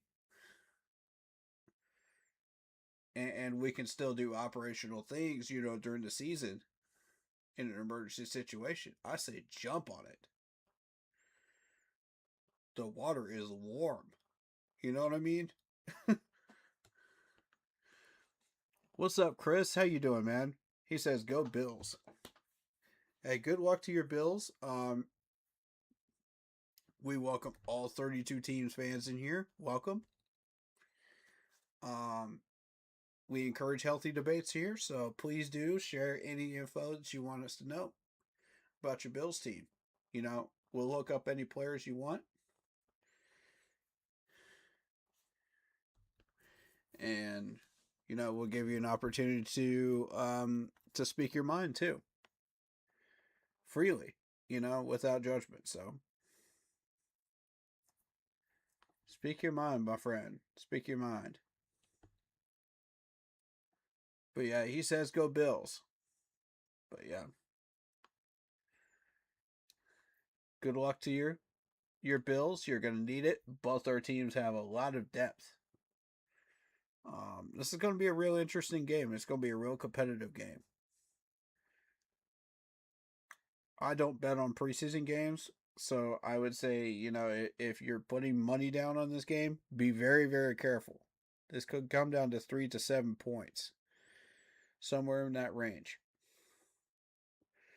Whoever has the tactical advantage for this game and ends up keeping it will lead by either 3 or 7 points and finish up with that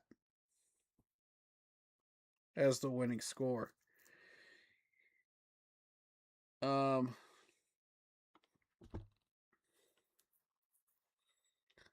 Honestly, I feel like it's a very, very good game for both teams. depth-wise to really showcase what they have. I'm excited. I want to see what both teams really are made of. You know, how well did you build your depth core? The biggest thing is keep everybody healthy, though. That's always the number one goal in preseason. If you can keep these guys healthy, try to do it. You know, of course, you play to win the game, but you play to win spots on your depth chart and build the best 53-man roster possible for your team. But the main goal is keep everybody as healthy as possible while doing so. Yeah, you can play aggressively. You can play physically. You can give your all if you wish. But, yeah, the goal here is best 53-man possible.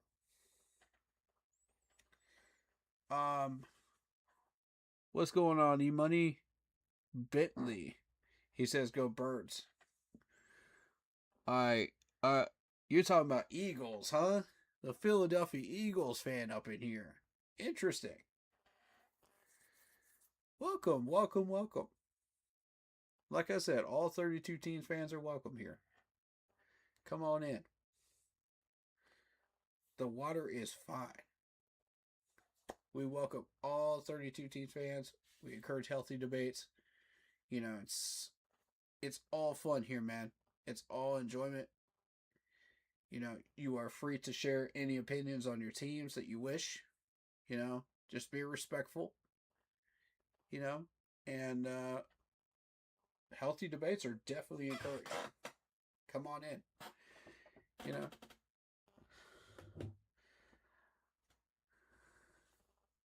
So, like I said, I think we might be able to get this dude for a healthy discount if the Bills are willing to let him go for the 26th season. And it appears that they are. So, emergency option? Potentially?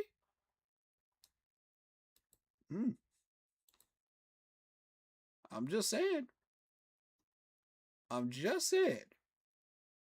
And Tyreek Hill's out there too. For a team.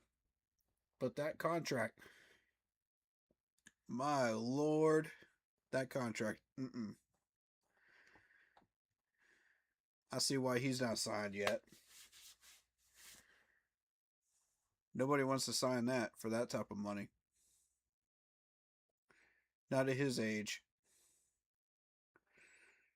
Marshawn Lattimore is kind of getting old now. Diggs is 28.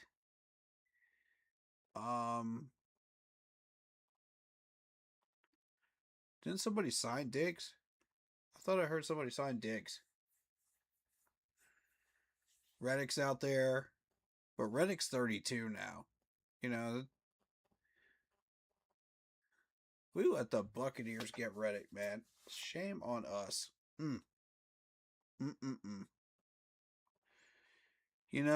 But really,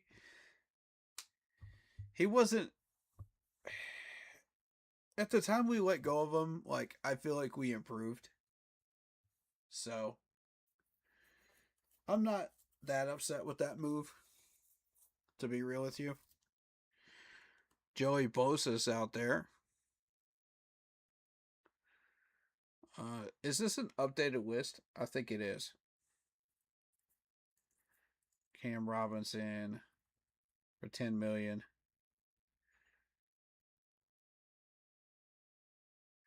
Russell's still out there. Darius Slay's still out there. Okay. Bobby Wagner's still on the board. So if you like, Bobby Wagner is part of the original crew with Seattle. I mean, they were nasty, man, back in the day. There's YGM. YGM's still cheap. I wouldn't say cheap, 9.3, but 28 years old. He's still young.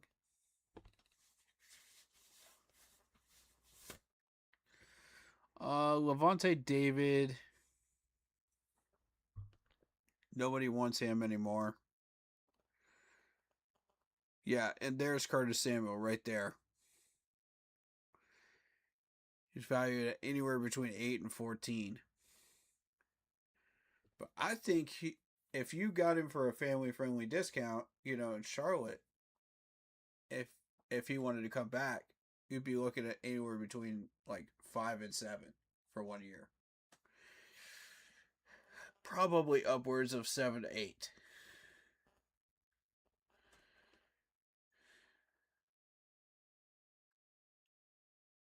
I'm still saying 7 to 8.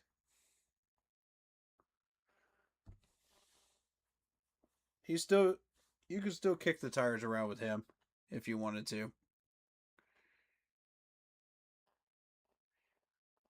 Ooh, Glasgow is old now. Glasgow was a beast though on the offensive line. This dude made his money. Matt Milano, same thing with the Bills. Monster in his own right. All right, so people were kicking the tires around with Zach Ertz with a conversation. Do we? There's an opportunity to go get Zach Ertz for like $4 to $5 million. But do we really want to do that? And the answer is no. And we already settled on what's his name that we signed. So in the tight end room this past week. Now, I want to turn your attention to Von Miller. Von Miller was the reason that a couple of these teams had rough playoff experiences. This dude was an animal and a very dangerous animal on the field. $6 million. I mean, if you sign him to a 2 to 3 year contract when he was in his prime, you can almost guarantee this dude was going to be a terror on the field. Now, not so much. And I'm glad he's kind of like out of the system, really. We don't have to worry about him anymore. Look at Graham Gano is almost 40 years old. Look at this dude. Still playing football. How about that? Huh. Imagine that. Adam Thielen's still out there. 36. DeAndre, I heard, took a coaching job somewhere. Or he's about to. I'm proud of him. Good for him. I hope they learn a lot from him. He hasn't officially retired yet, but it's coming. Austin Eckler is still out there. I mean, Eckler is not what he used to be anymore. He's washed up. Kevin Beacham's washed up. He's done. Gibson.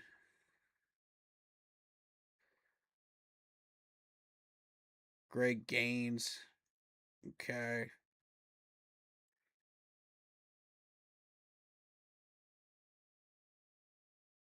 Greg Van Rotten. There's an old name. Huh. Dude's 36 now. Still in the game, huh? Impressive. Keenan Allen, 34 now.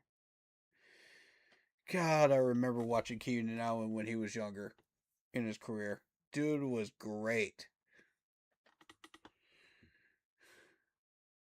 Most people overlooked Keenan Allen because he's with the Chargers, and the Chargers didn't really do much. They were competitive in the West, but he kind of got overlooked. He was like that Musa Muhammad back in the day, Like, most people just overlooked him, but he was a very, very dangerous wide receiver.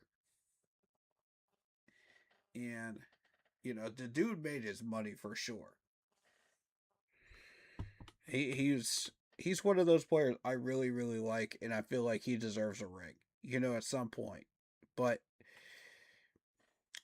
yeah, it's too late in his career now, unfortunately. But I hope he gets the recognition he deserves. Um, you got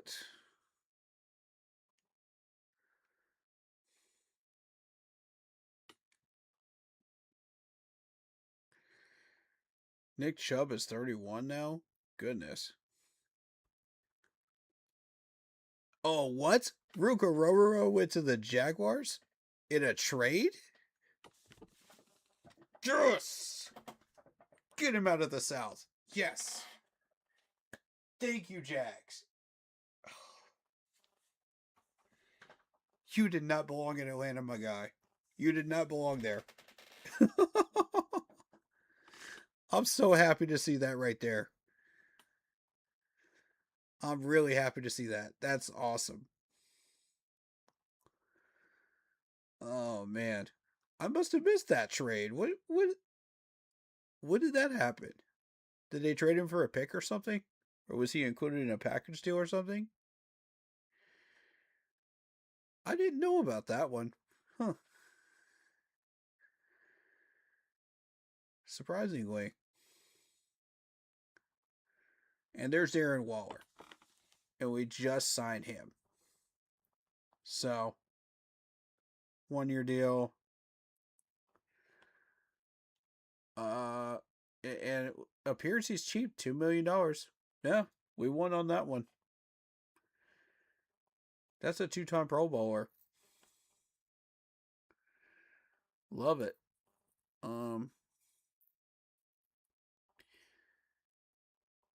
Hunter Renfro's still out there. If we need Hunter Renfro, we know where to find him. So, I mean,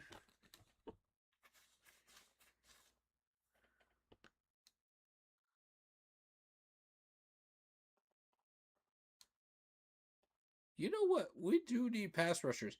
How about Josh Paschal? Josh Paschal is 27. Somewhere between $2 million and $4 million.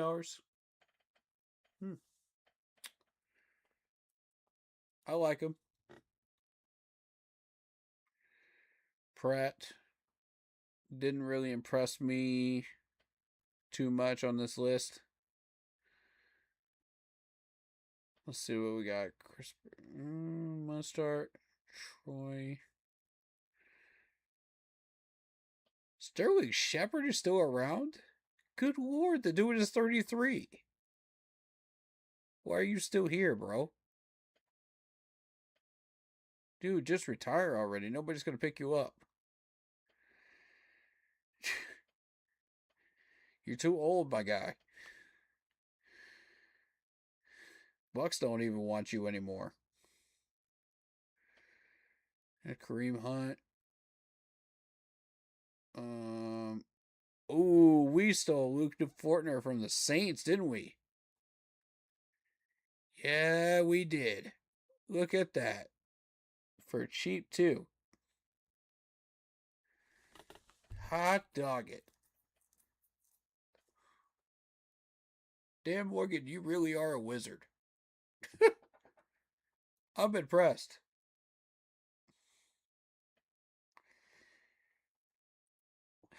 And we got Felipe back from the Falcons. For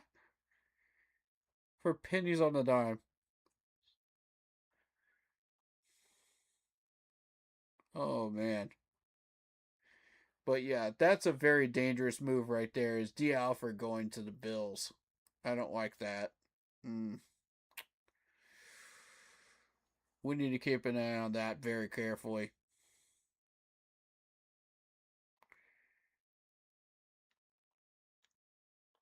Because if he somehow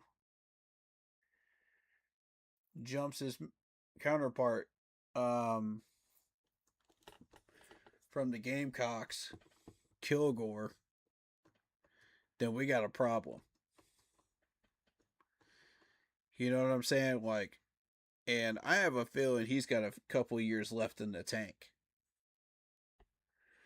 I've watched him enough. I know that he's still got a couple years. Luke Fortner has been going all out at it with our defense this training camp. Yeah, I've seen that. Yeah, I noticed. And Sam Hyde is kind of falling off the table. Our defense is letting him know that he has to earn respect to become a Panther. Yeah, facts.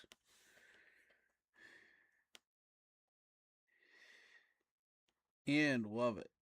Yeah, and love. But yeah, that's several old Panthers going to the Bills, and that's not a good thing.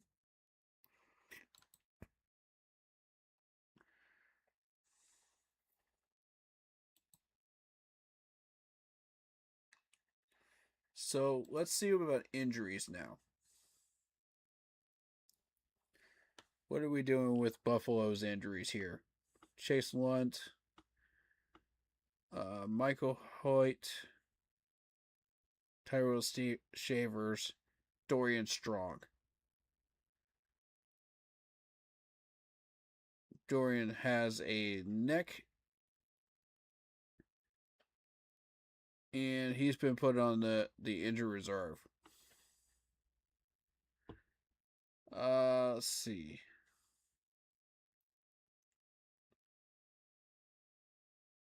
Tyrell's kind of non-interesting. Michael Hoyt.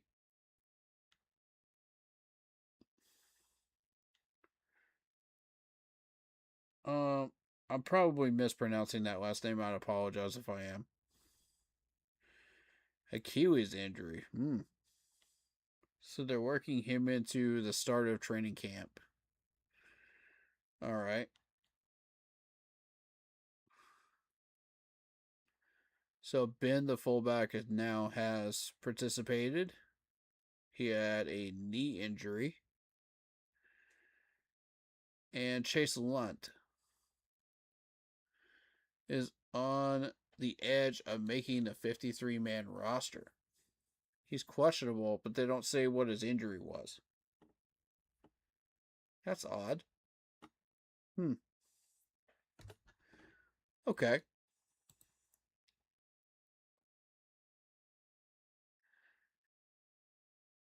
So, let's see what's going on with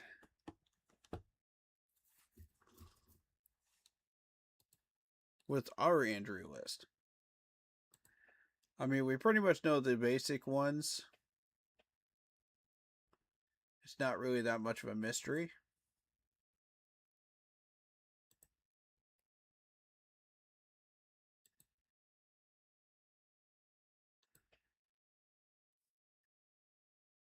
So we got Darren Waller questionable. He's got to complete that physical with the groin injury, which I'm pretty sure he will. Damian Lewis questionable with a calf injury. Deshaun Wharton, pup list with the neck injury. Thomas Nkoun questionable with the shoulder injury. And of course, we know Brazel's on the IR. Dan Chesnia is somebody you probably were not aware of that was on the IR. Undisclosed injury. That's odd. Did anybody see that on Twitter or hear anything about that? Well, I guess it's X now, right? Everybody's calling it X. I still call it Twitter. I don't know. Maybe I'm old fashioned. I just prefer Twitter. But did anybody hear anything about Dan Chesney though? Like, that's new news to me. I didn't know about that one. I didn't hear a whiff of that one. And usually my guys are all over it. I would have seen something if there was something going on with him. Nick Scorton, IR, obviously with the knee injury. Icky with the knee injury on the pup list. Taylor Moton is out for the year. So he will miss the start of the regular season. That's from the Charlotte Observer.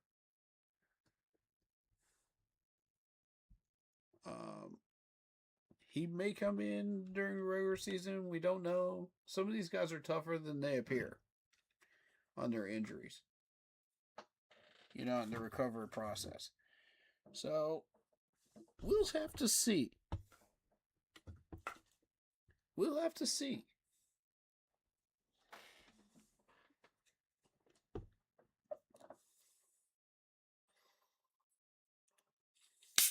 I mean, not everybody can be like Thomas Davis and bounce back immediately and have a shoulder, elbow injury and play in the Super Bowl. You know what I mean?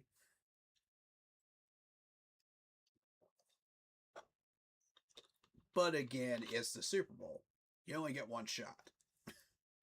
That's the Super Bowl if you're Thomas Davis. So, fair enough, right?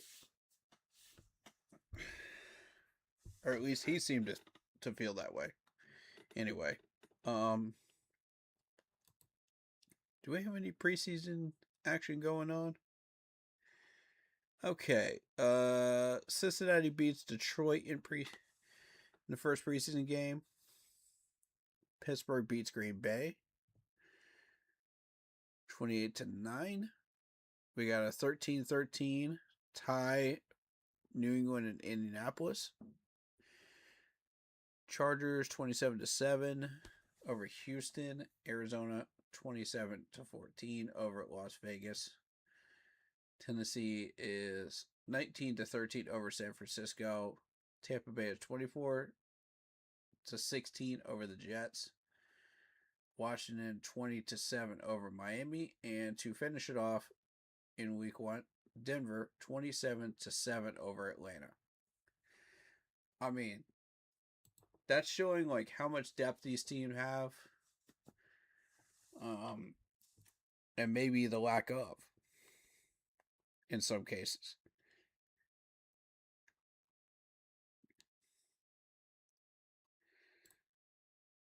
I kind of wanted to go back to this one right here, the Colts and Pats.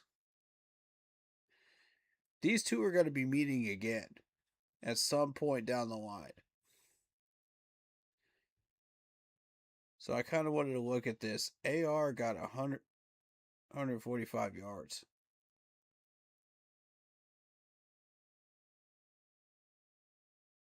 Y'all are just really determined to try out AR, aren't you? You're determined to make that work in Indy, huh? Okay. I mean, 11 for 14 and one pick isn't too bad.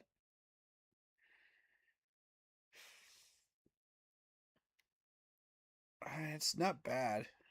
It's not great either, though. I don't know. It's just something about that score that got my attention. Because those two usually play really tight games against each other.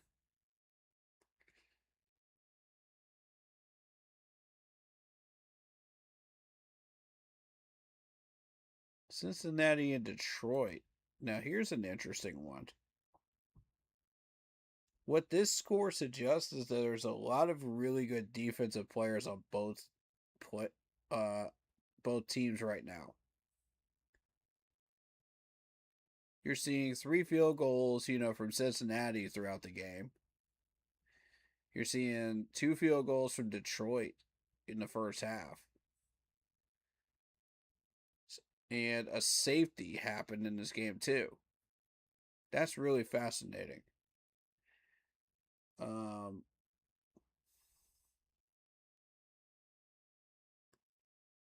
and you're not seeing many offensive numbers, to be fair.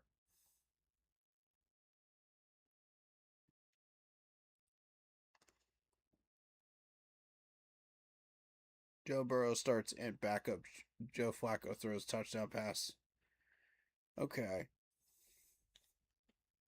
So it's Burrow versus Flacco, basically. Pretty even, to be honest.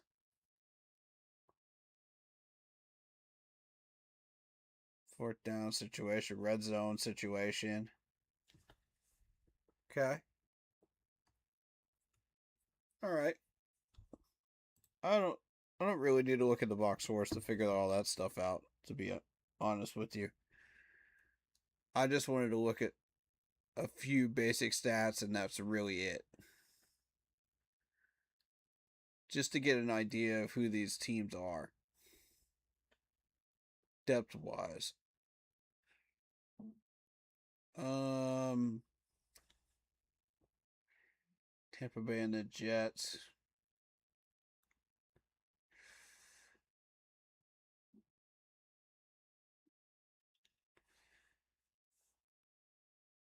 Now, the thing about the Jets is they always have a couple of hidden players that are talented in that depth chart somewhere.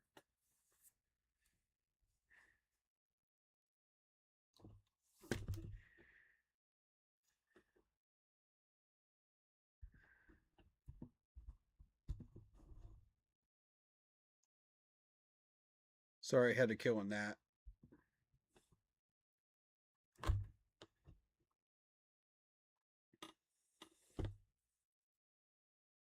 There we go. Yeah. All right.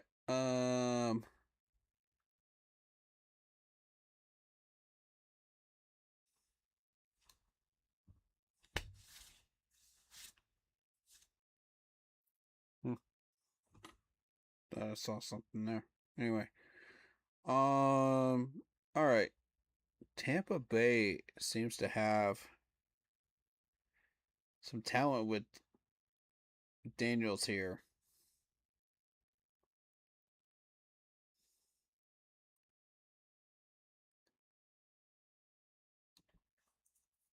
The numbers don't look too exciting running backs wise.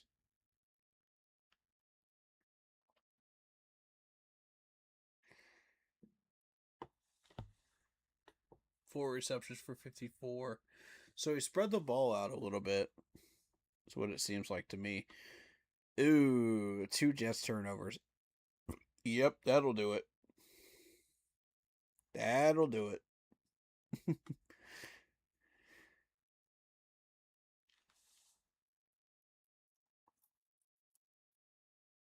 Yep, that's the difference maker right there.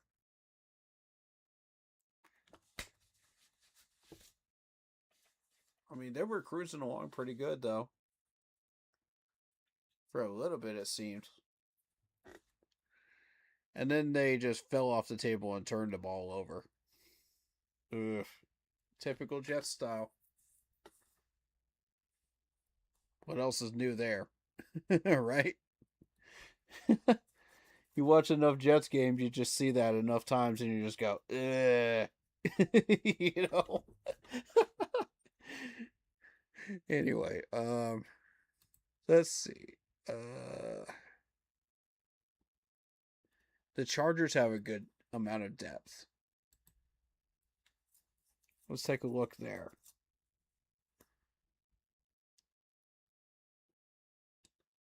Trey Lance, 12 for 20. Not bad. Okay. I like to see how these backup quarterbacks do from time to time. McCord, 12 for 16, huh? Well, well.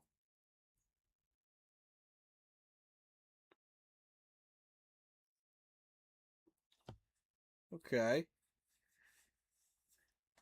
Even though you only got 9 points out of it, still 12 for 16 is pretty good. Good accuracy.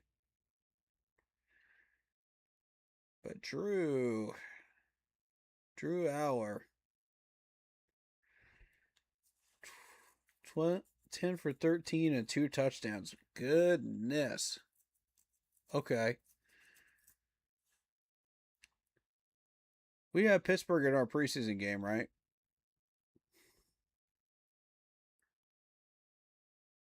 Yes. Coming up. Not this year. Oh, we have them down the line. Got you. It's regular season. Yeah, regular season week 16.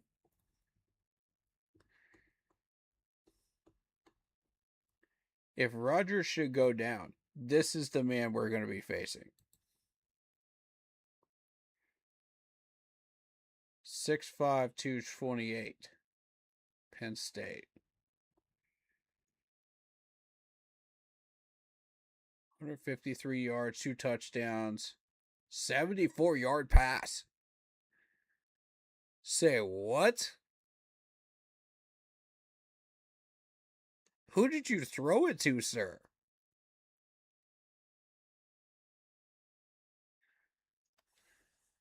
Who in the world got a 74-yard play? 154 rating, 2 carries. Okay. So we can't really run. Either that or they had the hole plugged up.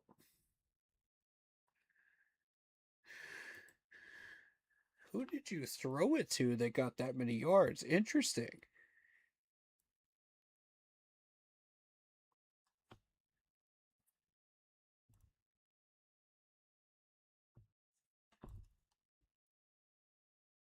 There you are. What Jen? That's a very interesting last name.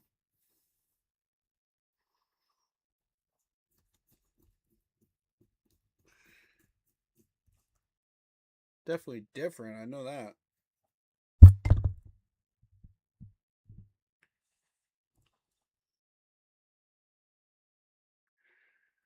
Uh, 5'9", 196. Okay.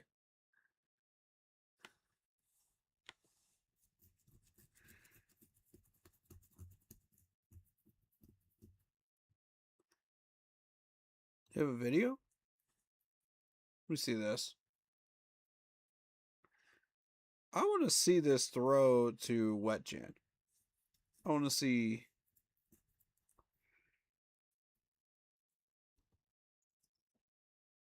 how that occurred. I'm pretty sure a lot of it was yak.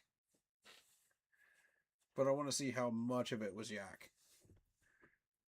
Holy crap. This dude is fast.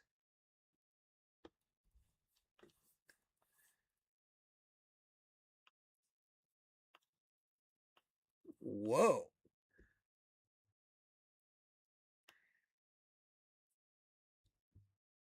Okay, all right. Full screen on this. Hold up.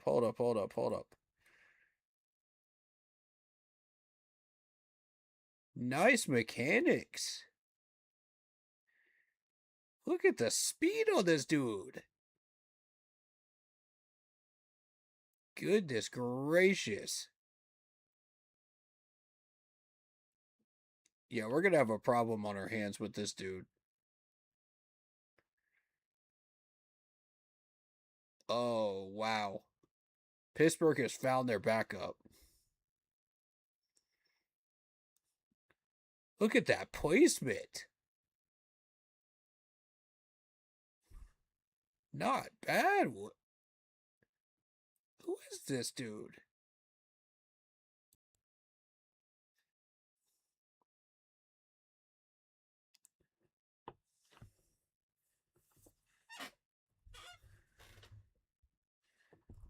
See, this is why I like to scout out these backup quarterbacks right here.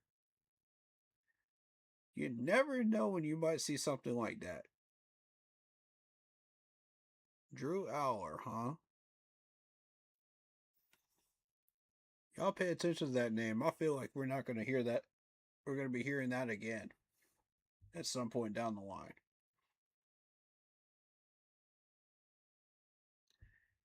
Yeah, I believe we're going to be hearing that name again in preseason.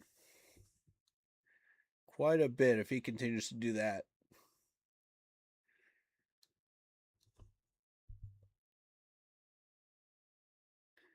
But here's the thing. As good as he was, Haynes King was better. Playing the same types of people. 3s and 4s.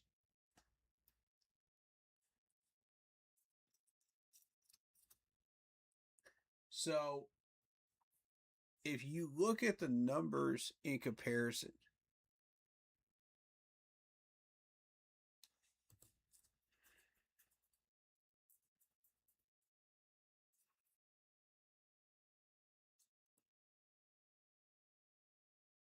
okay, so you're doing with a 12 for 13 stat line, right? This dude's interesting.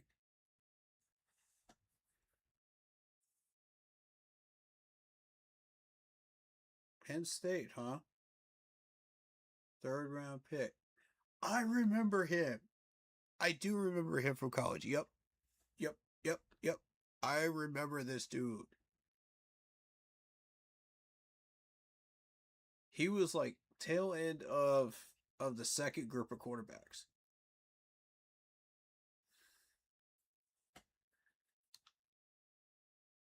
You know, you had the main starters that were going first round, second round, and then you had your second group of quarterbacks in this last draft, such as Drew Aller. You know, and he got picked up in the third group in the 3rd round by Pittsburgh as part of that second group. But yeah, this dude, he was just on the verge of crossing that threshold of being one of the ones in the first group. But the scouts saw something that they didn't like, and that's why they put him in the second group.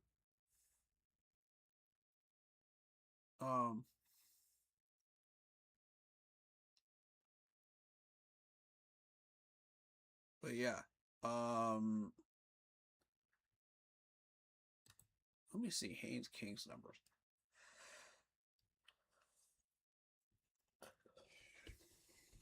Haynes King's numbers in comparison. I want to look at this. I want to really look at this. Hold up. I know Pittsburgh's not our opponent tomorrow, but I really want to look at this because this could be important information for us to know later.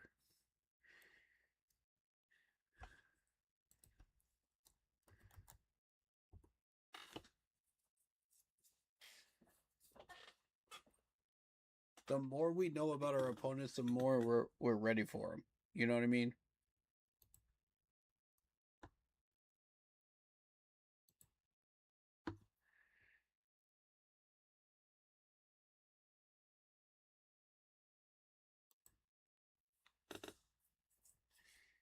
Okay. Are they gonna let me see Hall of Fame game? There it is.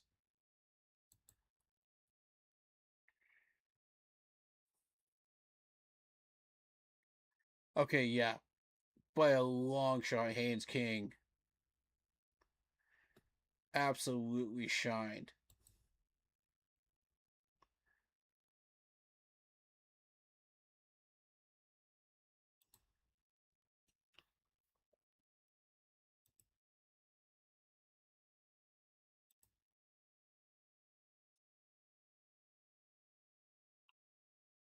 I wish we could see a stat line, but 21 for 34, 2 touchdowns. Yep. And I mean, like, that outshines like every backup quarterback in the first week of preseason right there. Alone. Those numbers were ridiculous. And the accuracy and the ball placement and just his ability to roll out and actually truck people. I mean, nobody's been able to do that as a backup so far. Second, third, fourth down. No one's been able to match those numbers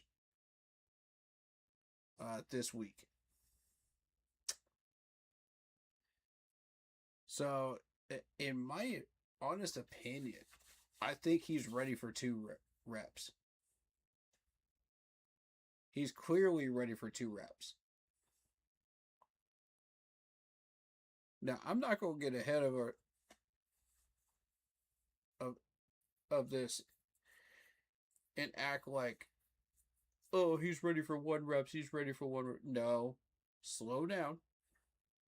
Slow down. It's 1 game. Y'all see what I'm saying? It's 1 game.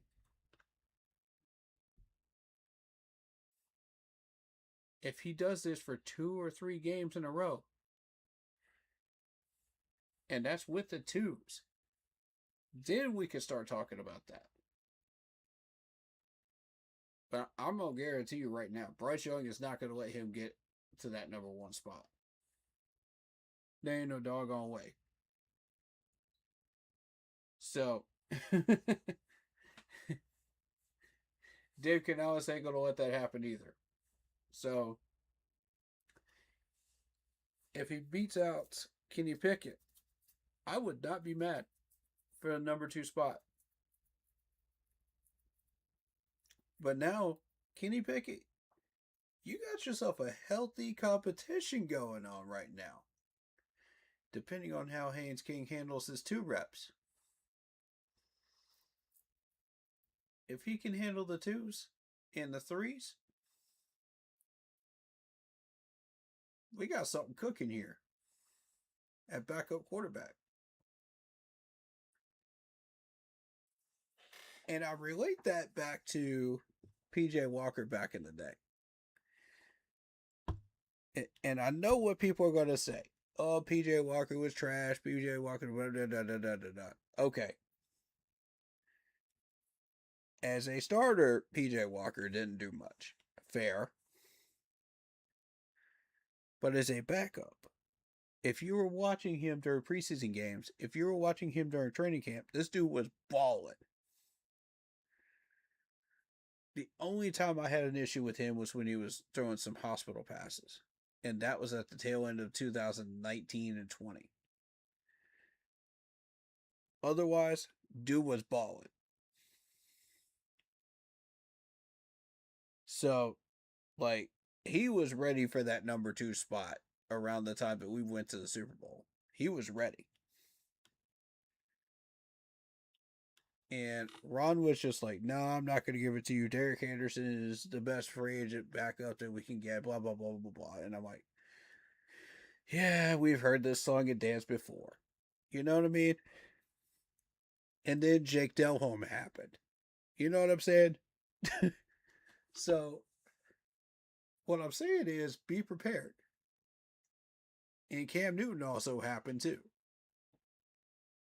So let's not forget that too. So before everybody just goes, oh, let's just, put Kenny Pickett out there. Kenny Pickett will be ready for number 2 spot. It's like, hold up. Hold your horses. This is a different era. Let's see if Dan has learned his lesson. Let's see if he has learned from that. And sees what we're saying right now with that. Because if Haynes King is ready for those 2 reps and can take care of his business, let's put him out there for some reps with the 2s. Against Buffalo, you never know. When he's healthy, well, not against Buffalo, but once he's healthy, folks, pay attention.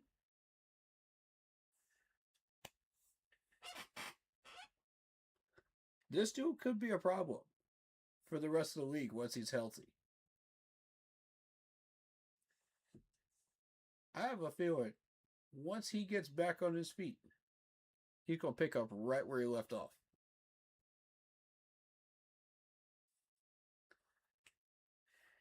And if that is the case,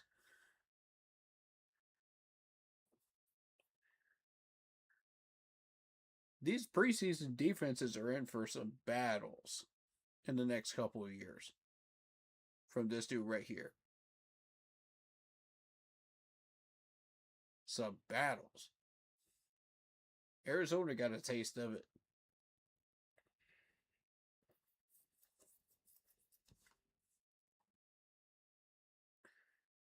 That dude is hungry. And he's not taking no for an answer. I guarantee you he is chomping at the bit to get back on that field again when he's healthy again.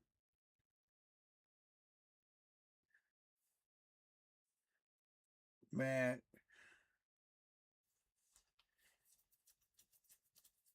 he's sitting there like the old Bugs Bunny cartoons. Let me at him. Let me at him. Let me at him. That's Haynes King right now. Oh, man. I love it. That's the type of players we need. That type of energy right there. That's it right there. You bring that type of energy to a game, it's infectious.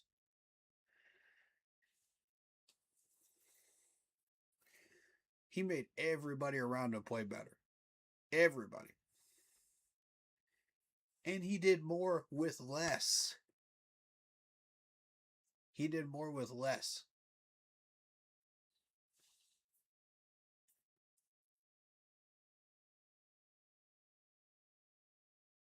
That's the type of players I can get behind right there.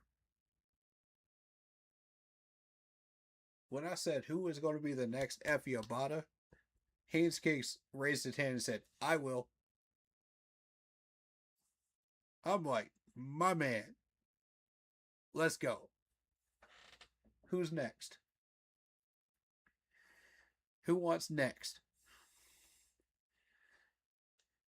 Everybody in this team, in this locker room, should be raising their hand right now and saying, I want next.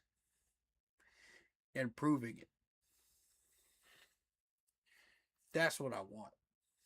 That's what I want. A hungry locker room, man. Ready to come out chomping at the bit, take care of business, stay healthy, and take care of business. That's the type of team Dave Canales and Dan Morgan are buying into right now. That's what they're creating. That type of culture, that type of energy in the locker room. And I'm telling you, these starters are cultivating it. Every single one of them are hungry. They got a taste of the playoffs last year, and they said, I want more. That's the energy I want all the way down the depth chart. All the way down. It creates a healthy, competitive environment for these guys. So when they go out there and they play for you in about, say, 12 hours from now, they're going to be hungry.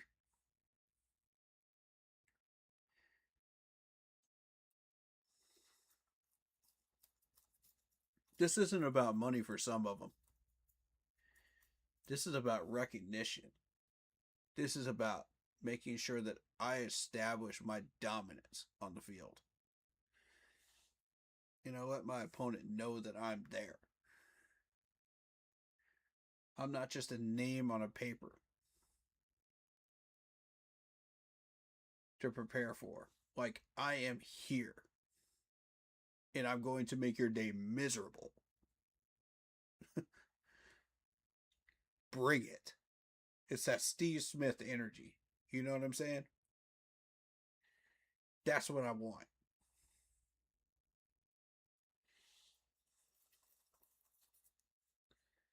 Bring that Steve Smith energy, man. And that Luke Kuechly energy when he hits the field, man. That's what we're looking for.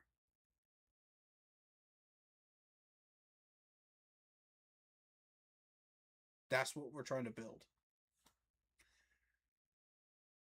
We get 53 guys like that starting out the regular season. All I got to say is bring it. Chicago, you're first up on the list. Bring it. Because when we got players like this in our depth chart, like Haynes King,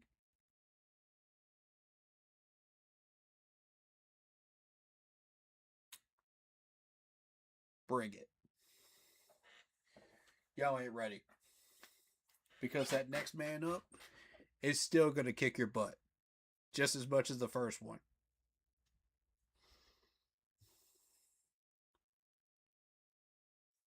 And that third one down the depth chart is still going to kick your butt just as much as the second one was. That's building depth correctly. That's the type of depth we had in 2015. And we're almost there. Guys, we are almost there. I'd say a year and a half out from having the type of depth that we want.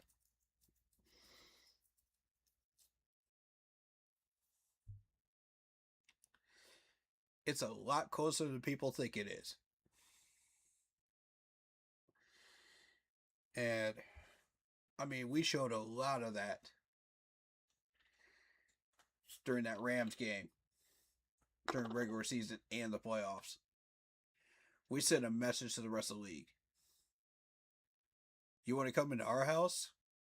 You better bring everything in the kitchen sink.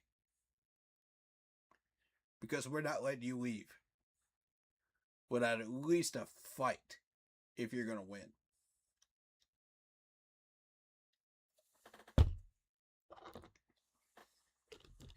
We're going to go 7 rounds with you, man. Like freaking Mike Tyson when you come into Boa. You're going to earn your doggone wins. You know? This ain't Atlanta. This ain't Detroit. This ain't Tennessee. This ain't Arizona. You're going to come in here and you're going to earn your wins, doggone it. If you're going to get them. And against this roster, the way it's improving right now, you're not getting them. Plain and simple as that.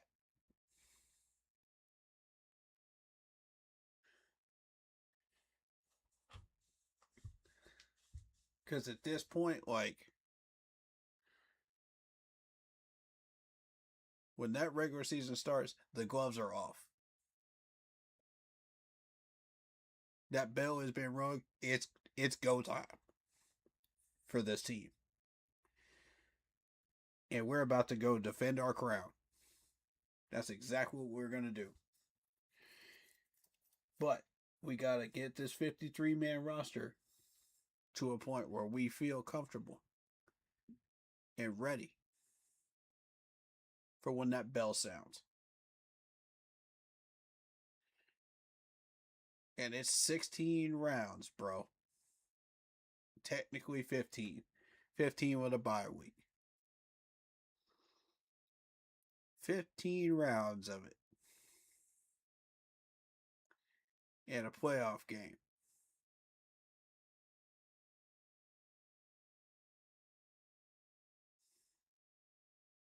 So, who's ready for some Panthers football? That's my question right now. Who's ready? Who's going to be the next Effie Obata? Don't everybody raise your hands at once now in that locker room. Come on now. Who's next? Haynes King rose to the challenge. Who's next? Alrighty. Other than talking about the stadium, I think we pretty much covered everything that there is to cover with the Bills. Um, and if you're going up for a Buffalo game in the new stadium, just be wary. I mean, you're going to have terrible views. You're going to have a small video board to look at. The stairwells are way too steep, apparently. You know, I mean, it's awful. I'm just hoping that for $2.2 billion, man,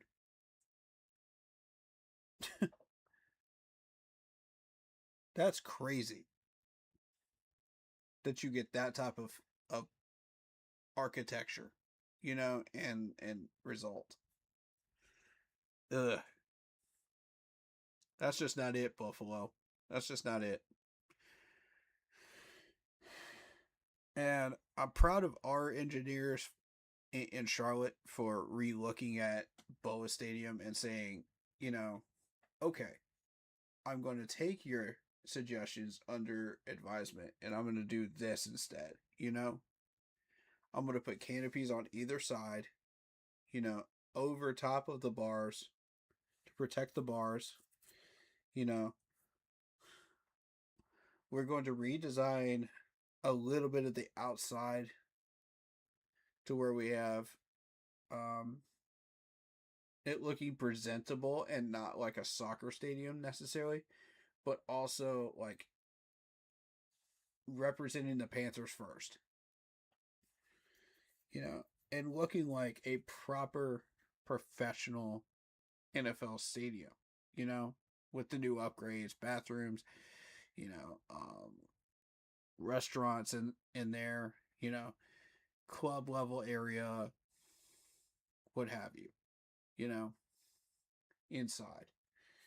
Um, and they're putting like a little entertainment area outside too, which is good. That's good for the Roaring Riot because they love to entertain musicians and stuff like that out there. Um, Such as I think the Yin Yang Twins, or was it somebody like that? I forget who, but I don't know. I don't really listen to much rap or R&B, so I don't know who they had going for that. I got to check the list. I have the magnet on my fridge, so I have to check that. But point is that would be beneficial for them, you know. So, um, and then my other suggestions, let's do something with those walkways, man. You know, it's just so plain, and you need something to excite the fans with, as you're walking up and down those ramps, right?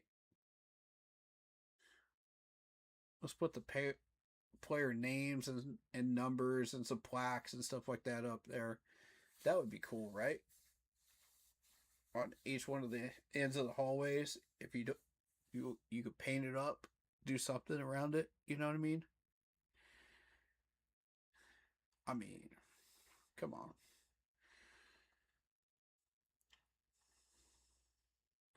And we better keep those Hall of Fame signs when we change up this stadium. We better.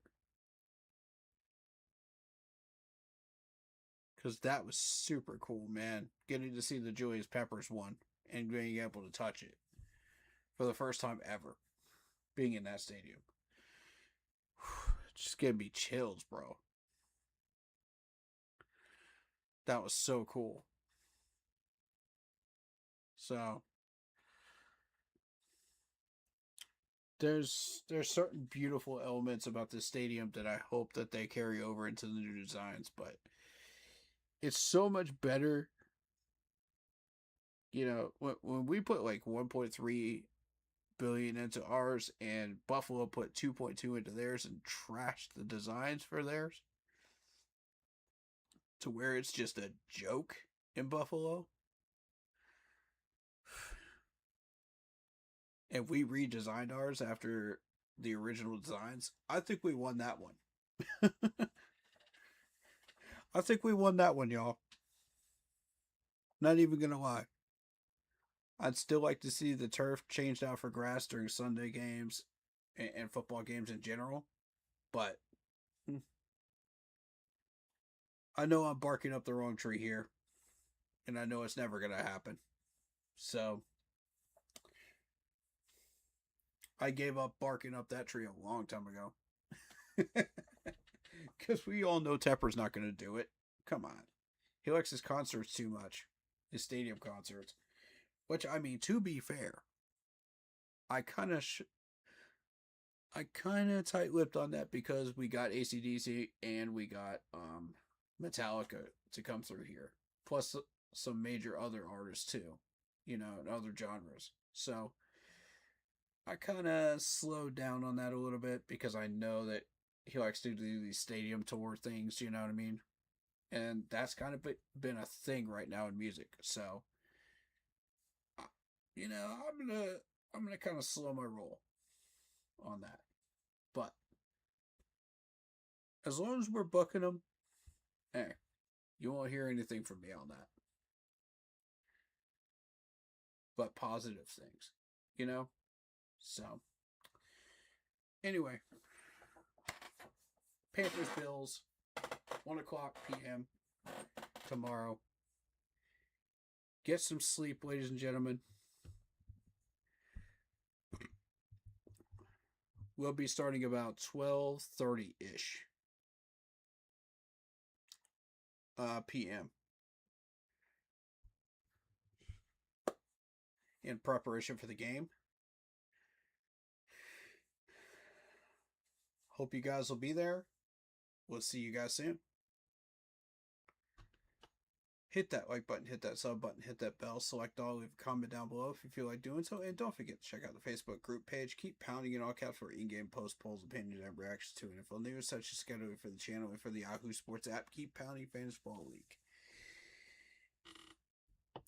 And if you like the intro that you see on your screen, go check out Lindara Ty on Instagram using her last name first, Ty, Lindara, Lindara, for video panels, etc., to enhance your streaming experience as a content creator.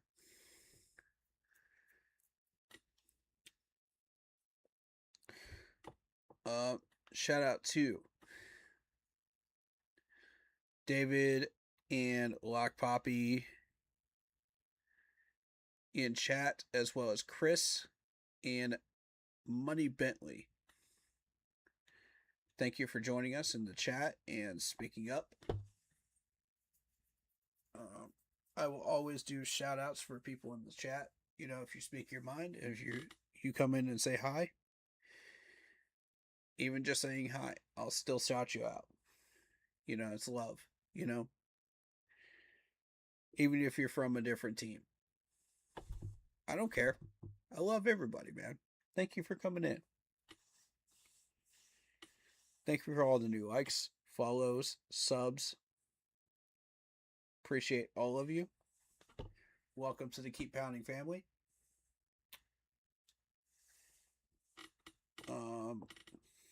And if you haven't liked or subbed yet, please do so if you want to. It's free. Doesn't cost you a thing. It's up to you. I leave it up to you. No pressure. But if you like the content, why not, right? Why not?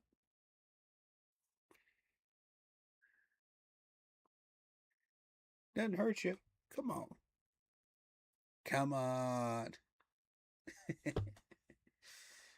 Anyway, you can also follow me on Twitch, Shadow Warrior 645 with 1W. On Instagram as well, same gamer tag. And social. Prayer requests and good vibe requests are welcome, unless it is a game reaction, then we must focus on the game.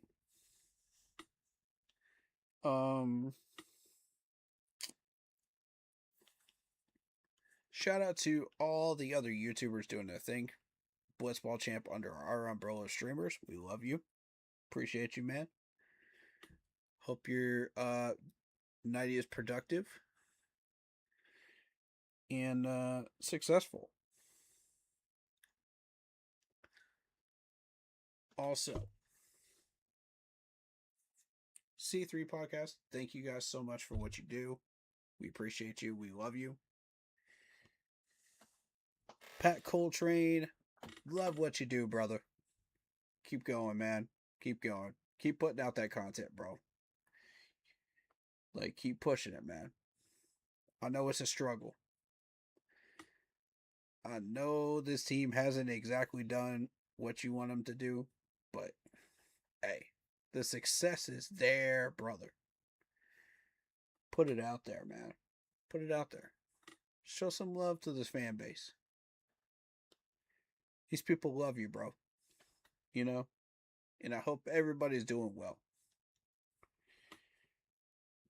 2020, we got Big Cat 95 The Roar out there. We got Black Cat Panther Podcast. All really cool people, man. Just really cool people. You know, some of you I've met, some of you I have not. But I appreciate what you do, and I've watched your content, and I know what you do. And I appreciate you. All the same. One big Panther family, you know, one love. So, shout out Monsters Grub and Sub out in Spartanburg, South Carolina. Tell the owner we sent you, and tell them we love them, and we support their business. And you got the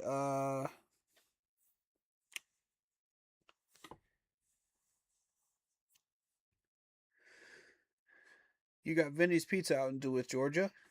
Best pizza in the Southeast. Don't just take my word for it. Try it yourself. And we got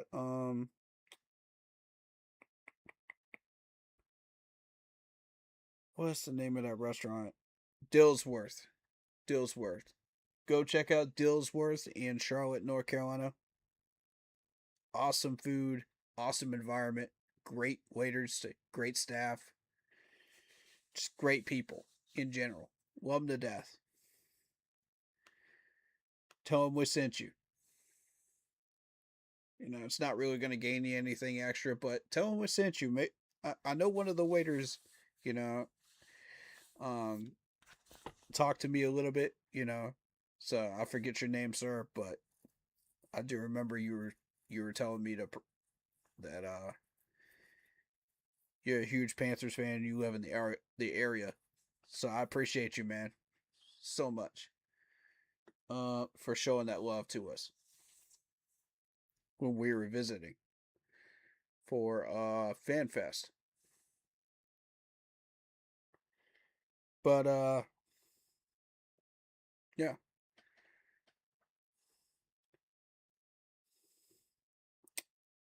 Game at 1 p.m. tomorrow. Thank you guys so much. We start our stream at 12:30 p.m. Be there.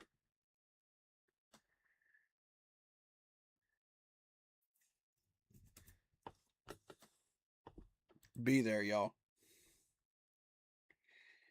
Thank you so much.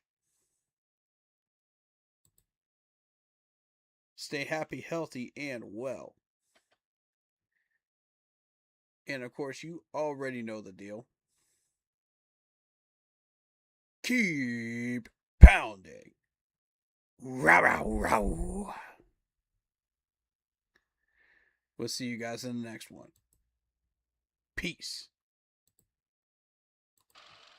I want you guys to believe. Don't just listen to me. Feel me in your soul. Believe you can win.